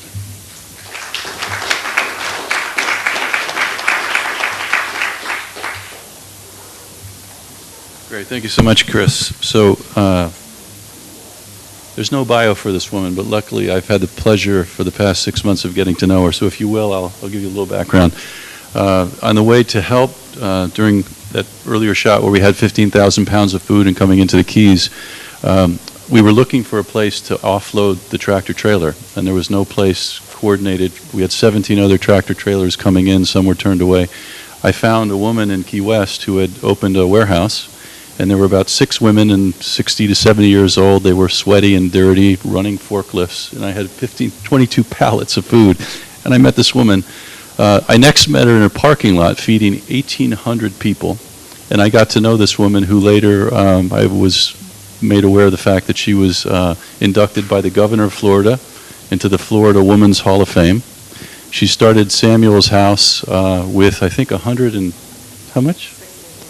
$164. 20 years later, she has 3 shelters for the homeless. I'm very proud and honored to serve by her side as she's also the co-founder of Key Strong and co-chair. But with Samuel's House and a legacy with Elmira Alito, who I want to introduce. And Elmira, if you come up and say hello to everybody, I'd be thrilled to and a privilege to introduce Elmira Alito, everyone. Thank you. Thank you. As I sit here and I hear about resiliency and how the water, and I'm a Key West girl. I remember my grandpa who died when he was 98 years old, and he would say, watch out for the water. And we went through the water, the 100-year water, which one of you all talked about when Wilma came, and it came through the Gulf. And then now I didn't have to go through Hurricane Irma as far as being on the land. I took my granddaughter to Lakeland.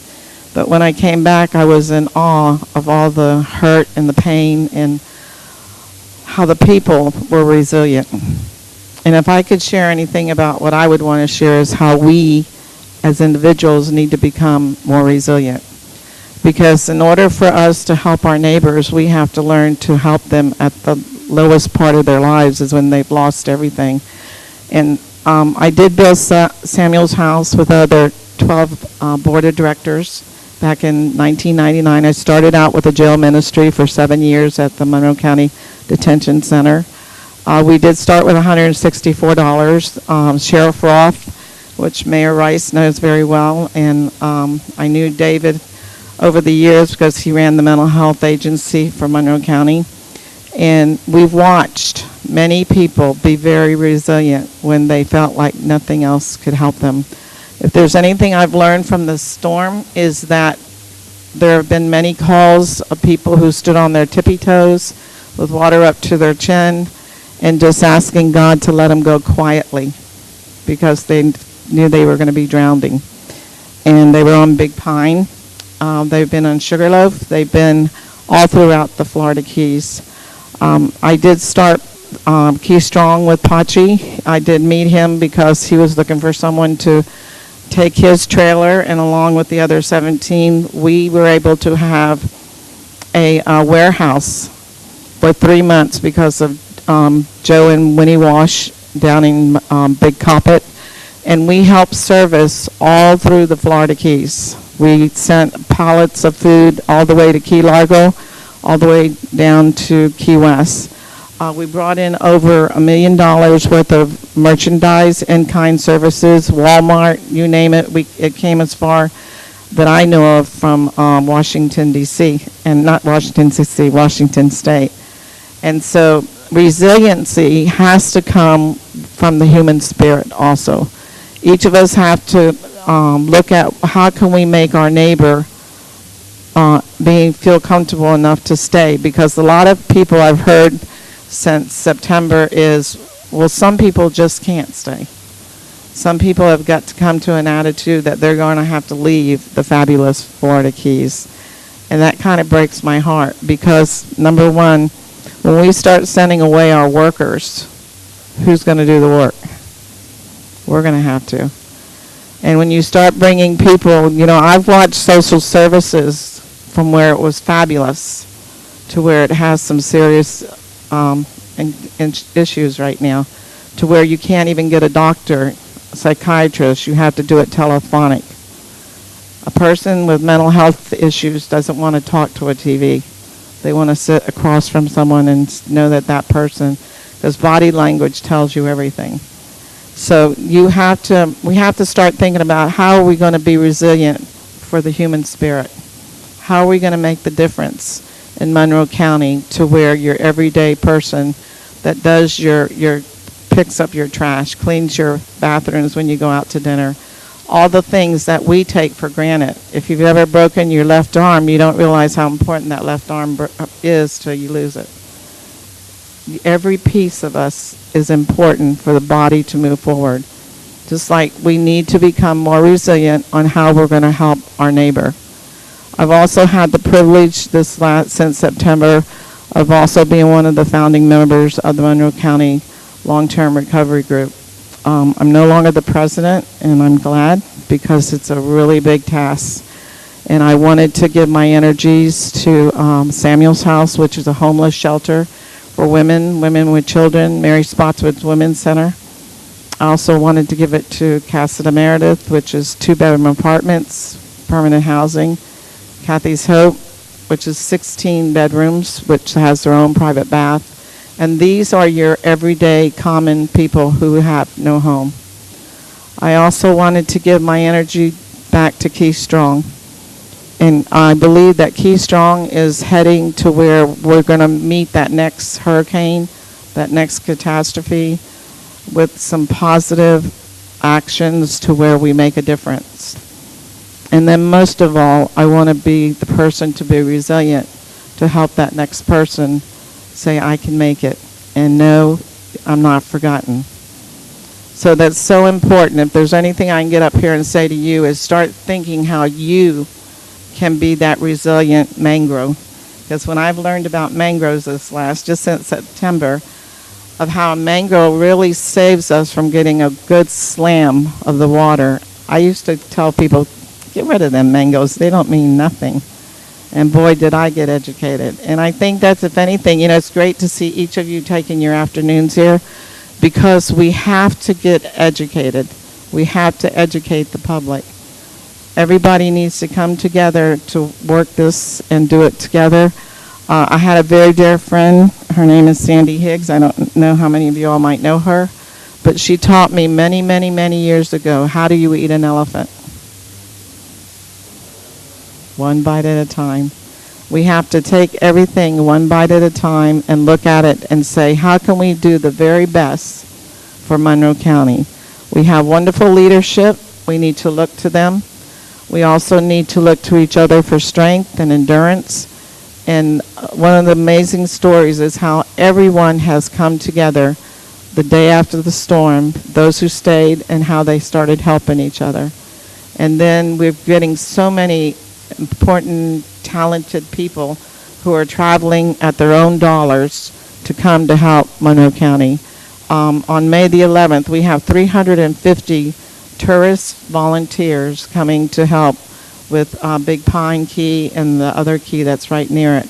And then Insurance Care Direct is coming to cook a big dinner for them. And that was the agency not the agency, but the private owner that came and helped Samuel's House feed 1,800 people, not one time a day, twice. And we sent that food all the way up to Marathon, and everybody was loading up their cars. And so I'm grateful and thankful that I can be a part of a solution with resiliency for the human spirit.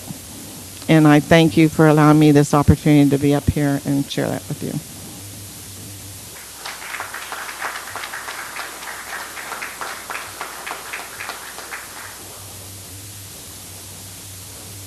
Thank you, Elmira. Lastly, one of the slides, if you take a look, every morning Elmira she hosts the Key Strong Radio Hour.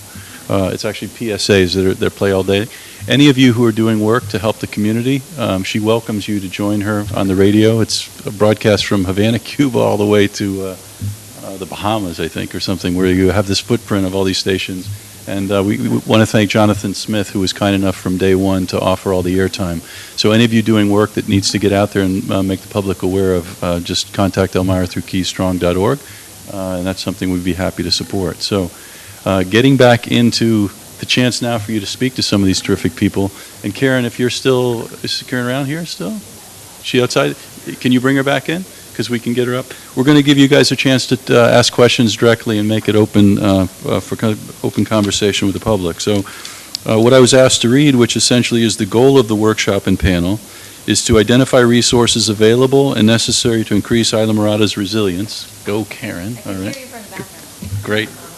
I don't know about that. Okay. Oh, through there. Okay. We're live. Okay.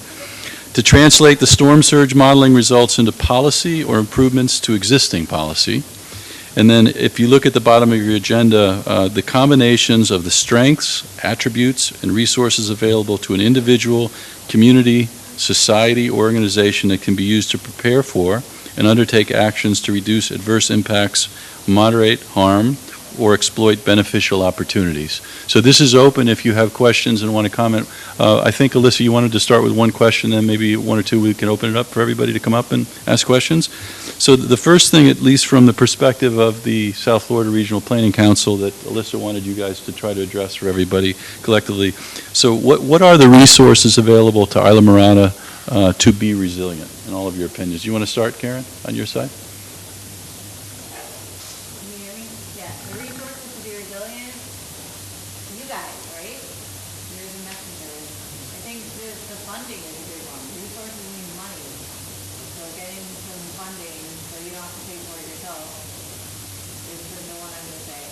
Can you talk about the good news which might be coming this way? Because you're aware of some of the funding and what might be happening. Yeah, so I mentioned the hazard mitigation grant program. Right now, there's 80 million allocated from Monroe, and it could go up 40 to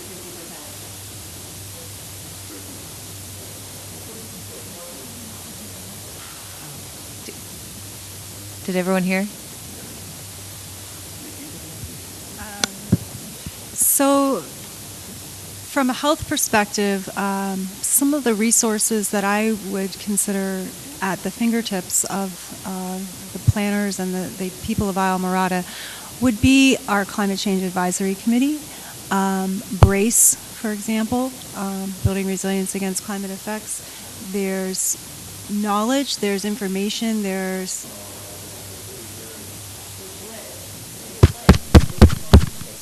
Yeah.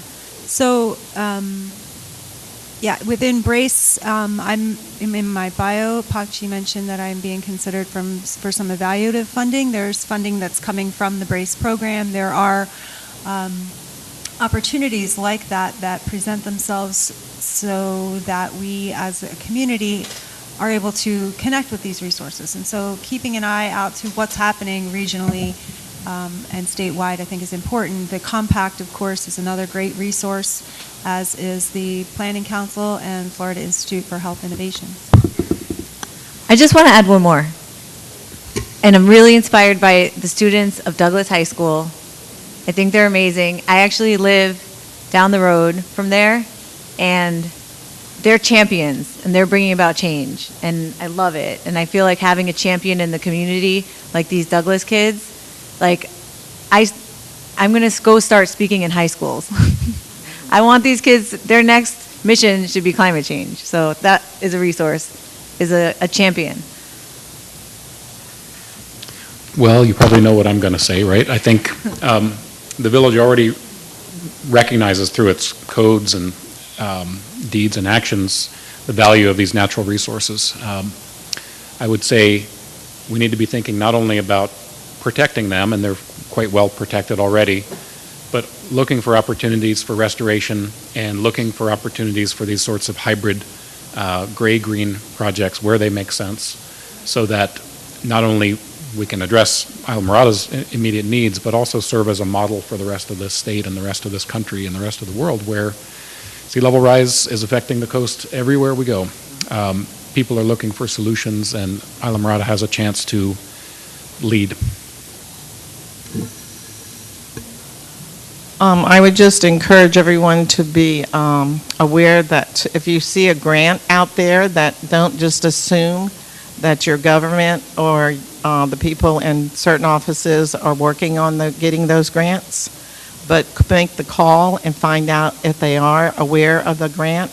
And because all of us cannot finance this problem that's coming. We just don't have that type of money. But there is government dollars out there, and there's also foundations and other places where we can get this money to help fund all to make us resilient, to make us more resilient. So each of us need to be looking at our newspapers, listening to our radios. If you know of a workshop, encourage people to go to it, but be very aware. Don't just assume that a government agency or someone is out there getting dollars for you. We have to be we have to learn to be self-sufficient and also recognize what can I do to make the difference. I think I'd like to just also add the Florida Climate Institute, which is a amalgamation of many universities and some municipalities. The compact governments are involved with it. That's the Florida Climate Institute. The challenge, I think, for many of the members of the compact and our people in our region is aligning with all the different things that are going on. So finding organizations that bridge different areas and cross-cut or work cross-sectorally, like the Florida Climate Institute, for example, are really our greatest assets. Great, thank you. So one more question, then we'll open up to everybody that Alyssa asked us if we'd ask you guys together. So in terms of Islamorada, who is most vulnerable to storm surge and sea level rise, and how can they reduce their vulnerability in use that way? That's a heavy one. Huh? Well, it depends on the storm. When it comes to the storm surge question, every storm is a little bit different, and as Dr. Bolter's analysis pointed out, the Gulf side has its vulnerabilities and the ocean side has its vulnerabilities. But the sea level rise is relatively, or not, maybe it's completely uniform all the way around. So from the standpoint of who's going to feel it first, it's those on the lowest lying areas. But there are already, I think, in large part due to our obligation to build to modern flood standards, a lot of that obligation, which is driven by hurricane preparedness, sort of disposes us to be pre-adapted for sea level rise. So we're already building high. We're already thinking about not just stopping water from coming in, but allowing it to come and pass through and move on. That's much more practical for a place like Islamorada than building an enormous dike or levee or wall. But certainly the low-lying areas are vulnerable. And then you got to factor, as I pointed out with Sea Oats Beach, there are vulnerabilities related to critical infrastructure. So if that road goes, so goes so much of everything that happens on the far west end of Islamorada, but also throughout the rest of the Keys. So we're all vulnerable to some extent. Yeah, the indicators that Chris mentioned were all physical, right? The likelihood of risk. So if you're low-lying, there's a likelihood, but like you said, the water comes in, the water goes out. If there wasn't any consequence, then it's not as vulnerable. So it's really about, you have to look at it from the likelihood of risk, but then the consequences, and the consequences have to do with the people, right? So talking about the vulnerable populations, the low income, also what your income comes from. If your income comes from tourism and all of a sudden there's a storm and nobody's coming here. I had a few friends that had to cancel their weddings. Very sad. Rescheduled. So it's a real problem if you don't have that steady income, if you're not in a salary or you're not getting the tips that you need. So I would say add like those types of populations, or in terms of health also, if you have anyone who has asthma or respiratory illnesses, or on the low age or higher age, on those vulnerable populations, I would say those would have more consequence.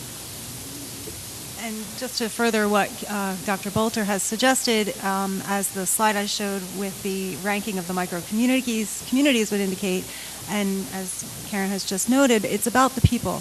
Who's vulnerable? And yes, infrastructure is vulnerable, roads are vulnerable, our natural spaces are vulnerable, but when we talk about our populations, we need to look at who are the people that we're supporting or trying to protect. And as the Alice report indicates, not everybody in our community is equally as resilient.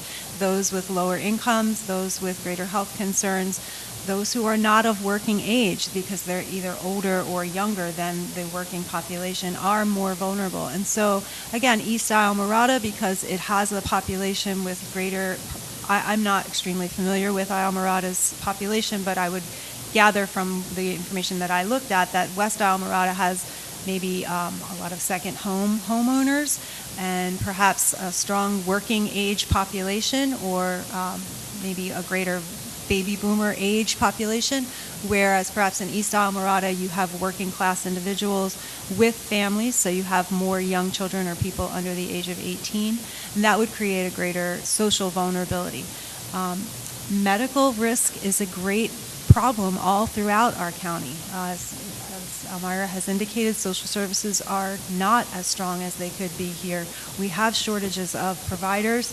We have a national designation as an area of critical need of mental health care providers.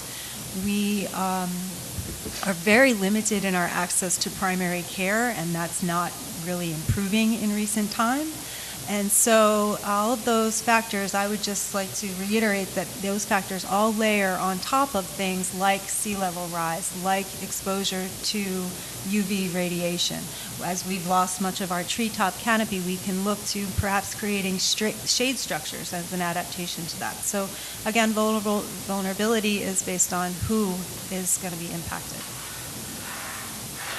I'd just like to add to that is that we, as I'm saying for all Monroe County, those are in leadership categories, we need to start thinking about how are we going to keep the people here, because there's a lot of doctors who have left after this storm.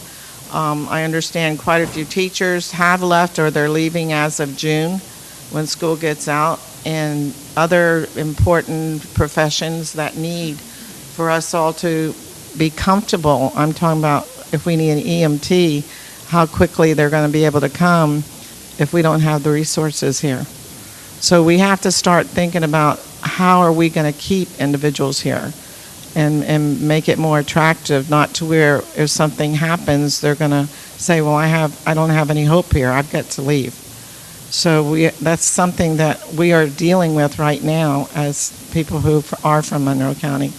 We need to keep the doctors here, we need to keep the nurses, the teachers, the fire department, and the medical, and even your everyday person who helps you go to a restaurant and you're able to sit there and eat comfortably.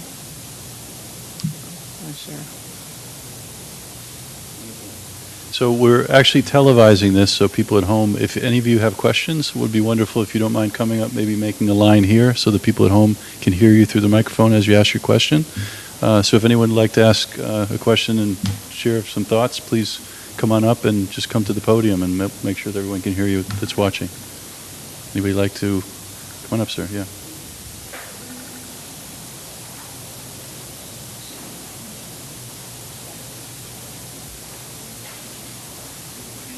Hi, my name is Ron Cole, and I'm a local resident here in Islamorada. I've been following this process since day one, since a nonprofit we set up down here gave the money to start Eco Week, gave them the money to set up the nonprofit, and so we've been pretty much involved in this whole process along the way. And one of the other things that I have gotten involved with, I'm a climate awareness activist. And I heard you say something about the conservatives not getting into this climate change thing. I like to say, well, global warming may be a hoax. Man-made climate change is not.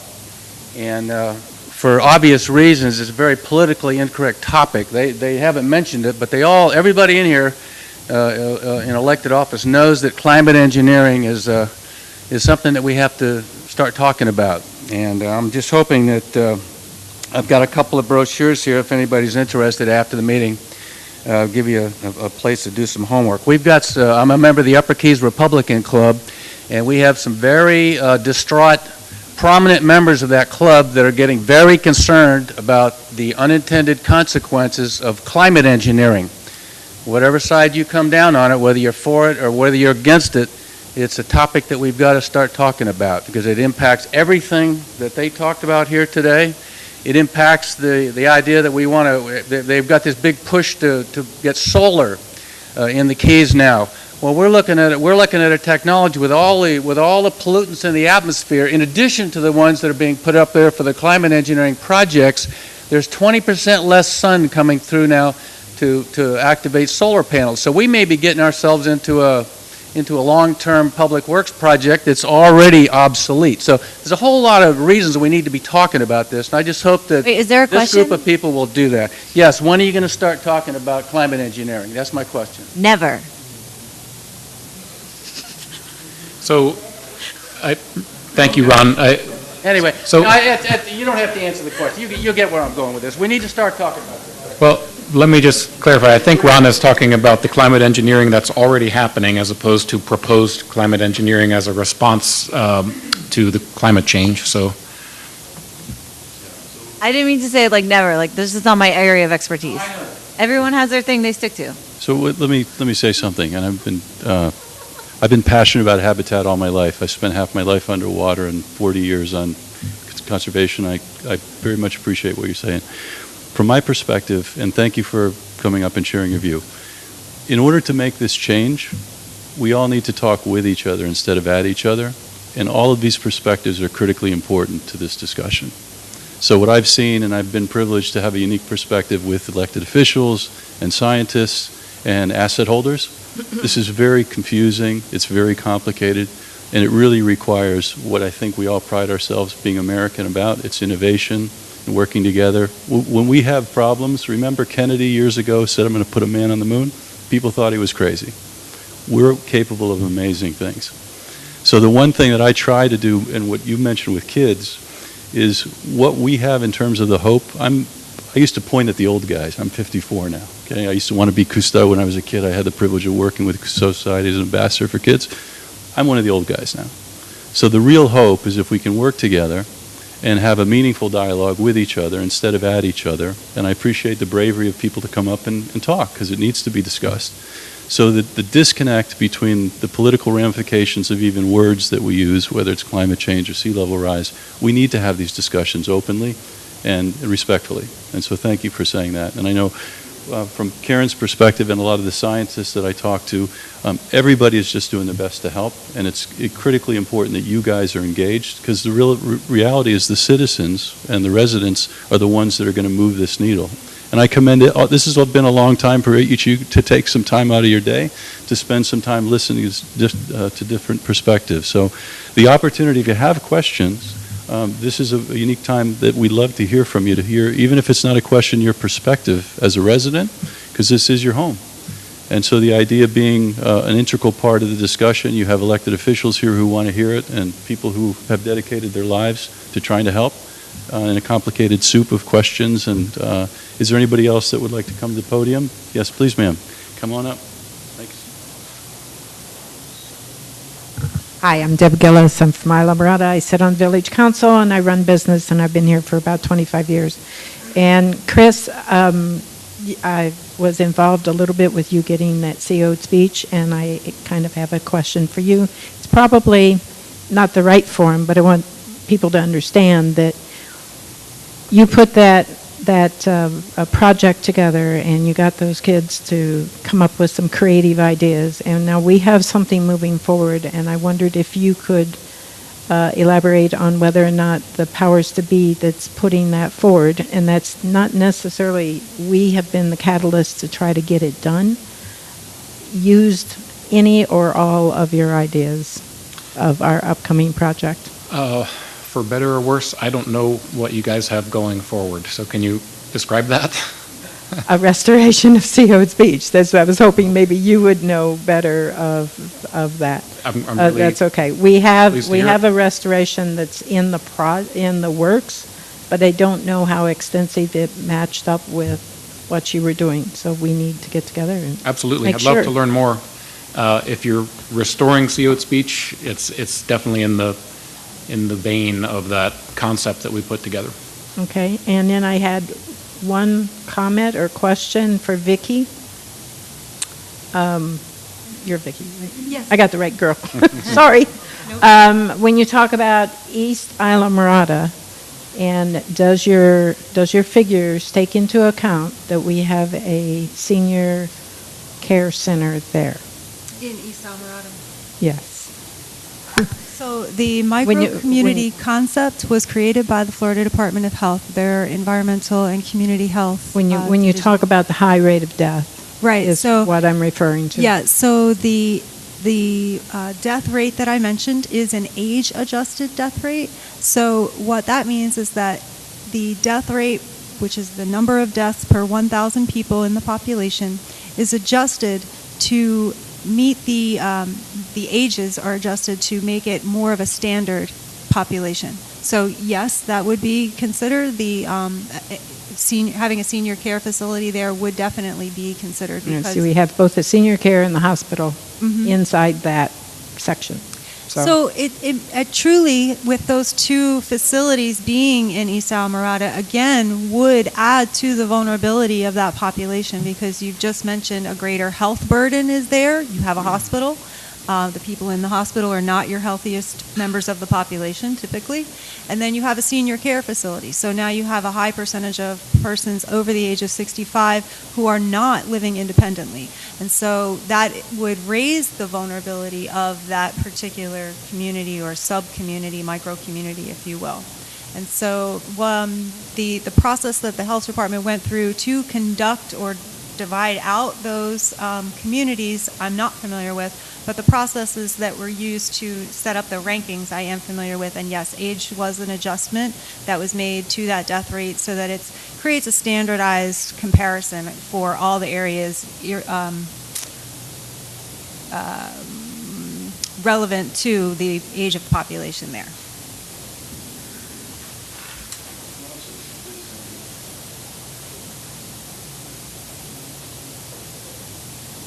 Thank you to all the panelists for excellent presentations. My name is Jim Spencer. I've lived in Key Largo since 1972. Dived in the Keys almost continuously since then. I just have a general thing to throw out, and that's geographical perspective. We live in a unique area down here. Question for the panelists or anybody in the audience, how many people know the percentage of the U.S. population that lives within 25 miles of one of our three coasts, Atlantic, Gulf, or Pacific? Anybody? What percentage of the population lives within 25 miles of the coast? I don't know the answer, but it's quite a lot. More than half. It's a big percentage. Next question is, why should someone who lives outside of that 25-mile zone care about sea level rise? Anybody? Well, I mean, just think about the Mississippi River. I mean, all along the Mississippi River, it's going out to the ports. There's just in that term, like the transit and all of our different transport of goods and services, things like that. I mean, there's rippling, cascading impacts that go everywhere, right?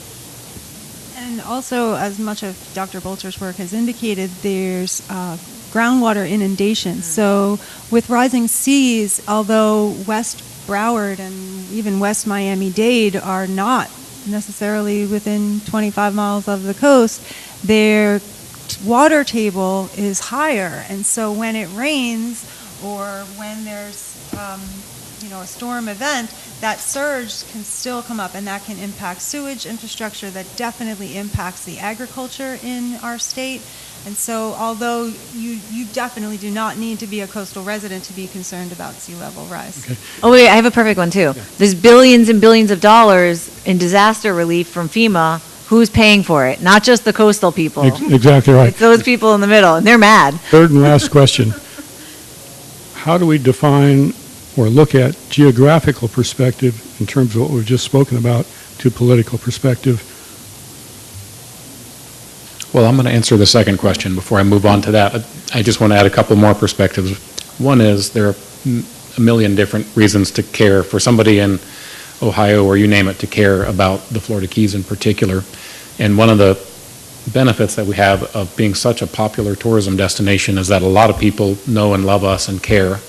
And it's an opportunity for us, because they care about us, for them to take this message back to their local elected officials and so on, and spread the word that, in fact, they care. And they should thus vote accordingly or whatever the action is. And then another facet is, if we all have to move, we have to move to those places. And that is no joke. Much colder. There are some very, very serious and sobering studies going on today about where we're going to go. Yeah. Not just us, but Miami-Dade County. Sure. What's going to happen to Orlando? What's going to happen to Atlanta, Denver, and so on when we all relocate? Well, speaking in perspective, though, we all live down here, so we have a certain point of view, perspective, because we're so close to the water. Our livelihood depends on that, but if you live somewhere inland, why should you care from a political point of view or standpoint? Well, if a lot of politics is about money, we are an enormous boon to the tax base of this state. People in central Florida counties benefit from our taxation of our properties and so on. That's one answer. Okay. And impacts definitely occur not in coastal zones. They're not. The impacts are not limited to coastal zones. Okay. Thank you very much. Climate engineering is the issue that will bring both groups together. That's what will bring both of those groups together. It's a mutual concern. They're different in ways that they're impacted. Lisa? Good afternoon. My name is Mitch Harvey. I also am a resident of Key Largo, but I was also for 6 years the comprehensive planning manager for Monroe County. And this area of climate change is not something new. In fact, when I was an undergraduate 40 years ago, we talked about climate change and sea level rise. And then in the 80s, Harvey Rubin in Miami-Dade chaired a climate change committee and brought exactly that same ideas. And if we stop all the CO2 and emissions, it's going to happen anyway. He made a rap about it. Did you ever see his rap?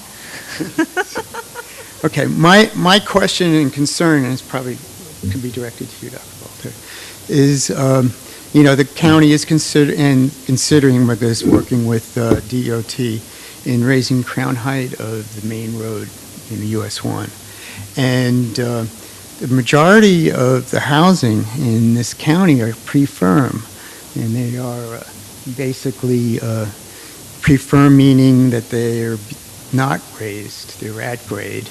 There are many mobile home parks and RV parks that people are dependent on to live in, and that what then happens is if you raise the road, you're creating a levee effect. And so if you have a Wilma-type storm, then the area on the bay side gets flooded. And if you have an Irma-type storm, then you increase or exacerbate the effects of surge on the ocean side. And then in the middle, you're going to have US 1 raised, preventing water flow across the islands. And I just think, I know that I'm a member of the American Planning Association, and we're working closely with officials from the Netherlands who have been dealing with this problem for generations. And I don't know if we're going to reach a point where we're going to be putting pumping stations in like we do it in Miami Beach, which also was employed with at one point in my career. But I wonder if you could address the fact that this could be a problem, and that what kind of mitigation funding is available individually so people can raise their structures. Okay. The first question, what is going to be done? I know that for this project, that's going to be considered and it will be addressed. I don't know how, because it's still kind of up in the air, who's going to do it and how it's going to go, but I do have faith that that will be addressed. How to, there's engineering ways to make sure that water can get through. So I don't have more details there, but I do think it's a really important concern. I'm glad you brought it up, because it's a really big deal. Yeah, because what we're seeing here now is that, developers are buying up RV parks and transferring those units to create hotels, then reducing the housing stock for the people who are actual workers here. So that's another problem that we're losing. And so, and an interesting example is there's a development in Key Largo called K-Lar. And K-Lar was an RV park where the fire department wasn't able to get around, and basically required all the units to be elevated. And if you go by that on the ocean side, you'll see these little prefab homes that are elevated. And I kind of, in my mind, as a planner, foresee that as being the fate of some of these RV parks, especially when the FEMA program gets reallocated. And we may go back to a system that was originally proposed by the Waters Bill, where the premiums are based on vulnerability, and so which would then make it unaffordable for most folks, especially if they're living below flood. Well, I do know that for affordable housing, I think that Monroe County is doing a great job, because with the growth management, there's a certain percentage of the permits that they allocate every year that has to go towards affordable housing. What percent is it, like 10? Well, right now, we're an area of critical state concern. The number of rate of growth ordinance units are controlled by the governor and cabinet based on the 24-hour evacuation model. So actually right now, we have a total availability for affordable housing of 700 new units. And that doesn't even scratch the surface of need. Well, I know that there's 200 per year permits, and that maybe 20 of them go to Islamorada, but then out of that, a certain amount have to be affordable housing. But that's billed out as 700 units. And what we're I think they're trying to do is try to lump that and get a first, instead of waiting to 200, a certain amount a year, try to get all the affordable housing units built as quickly as possible. But, the county only has about 3,000 units left before they reach build-out. So I think what we're seeing right now is redevelopment, and that the redevelopment process has been accelerated in response to Hurricane Irma. So this is where the future is going to be. I'd just like to sort of add something to what you're saying. I forget who mentioned it, adaptation action areas. This is something that the state is making funding available for. The Climate Change Advisory Committee spent, probably half of last year or a good portion of last year, developing a set of criteria that we recommended to the Board of County Commissioners to be utilized to determine adaptation action areas, or prioritize particular areas to direct that funding that is anticipated to be coming from the state at any time.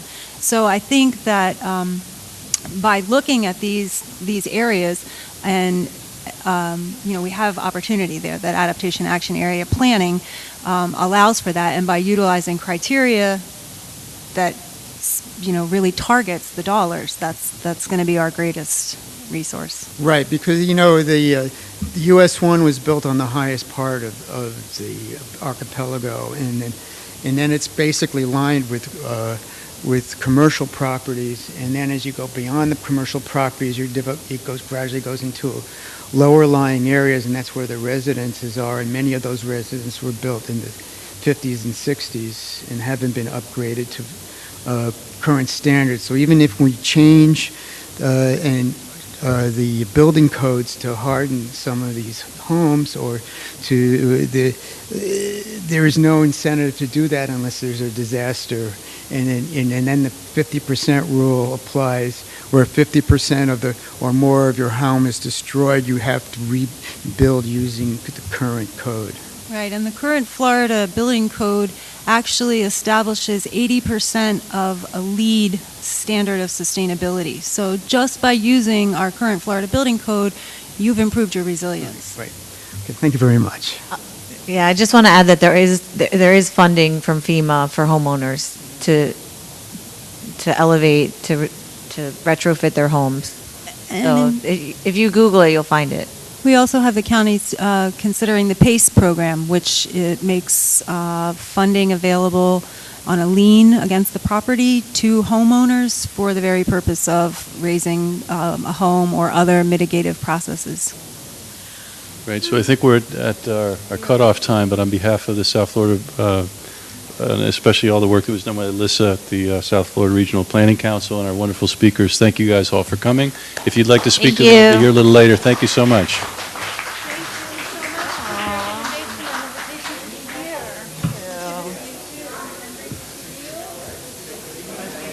So nice to meet you, Mitch.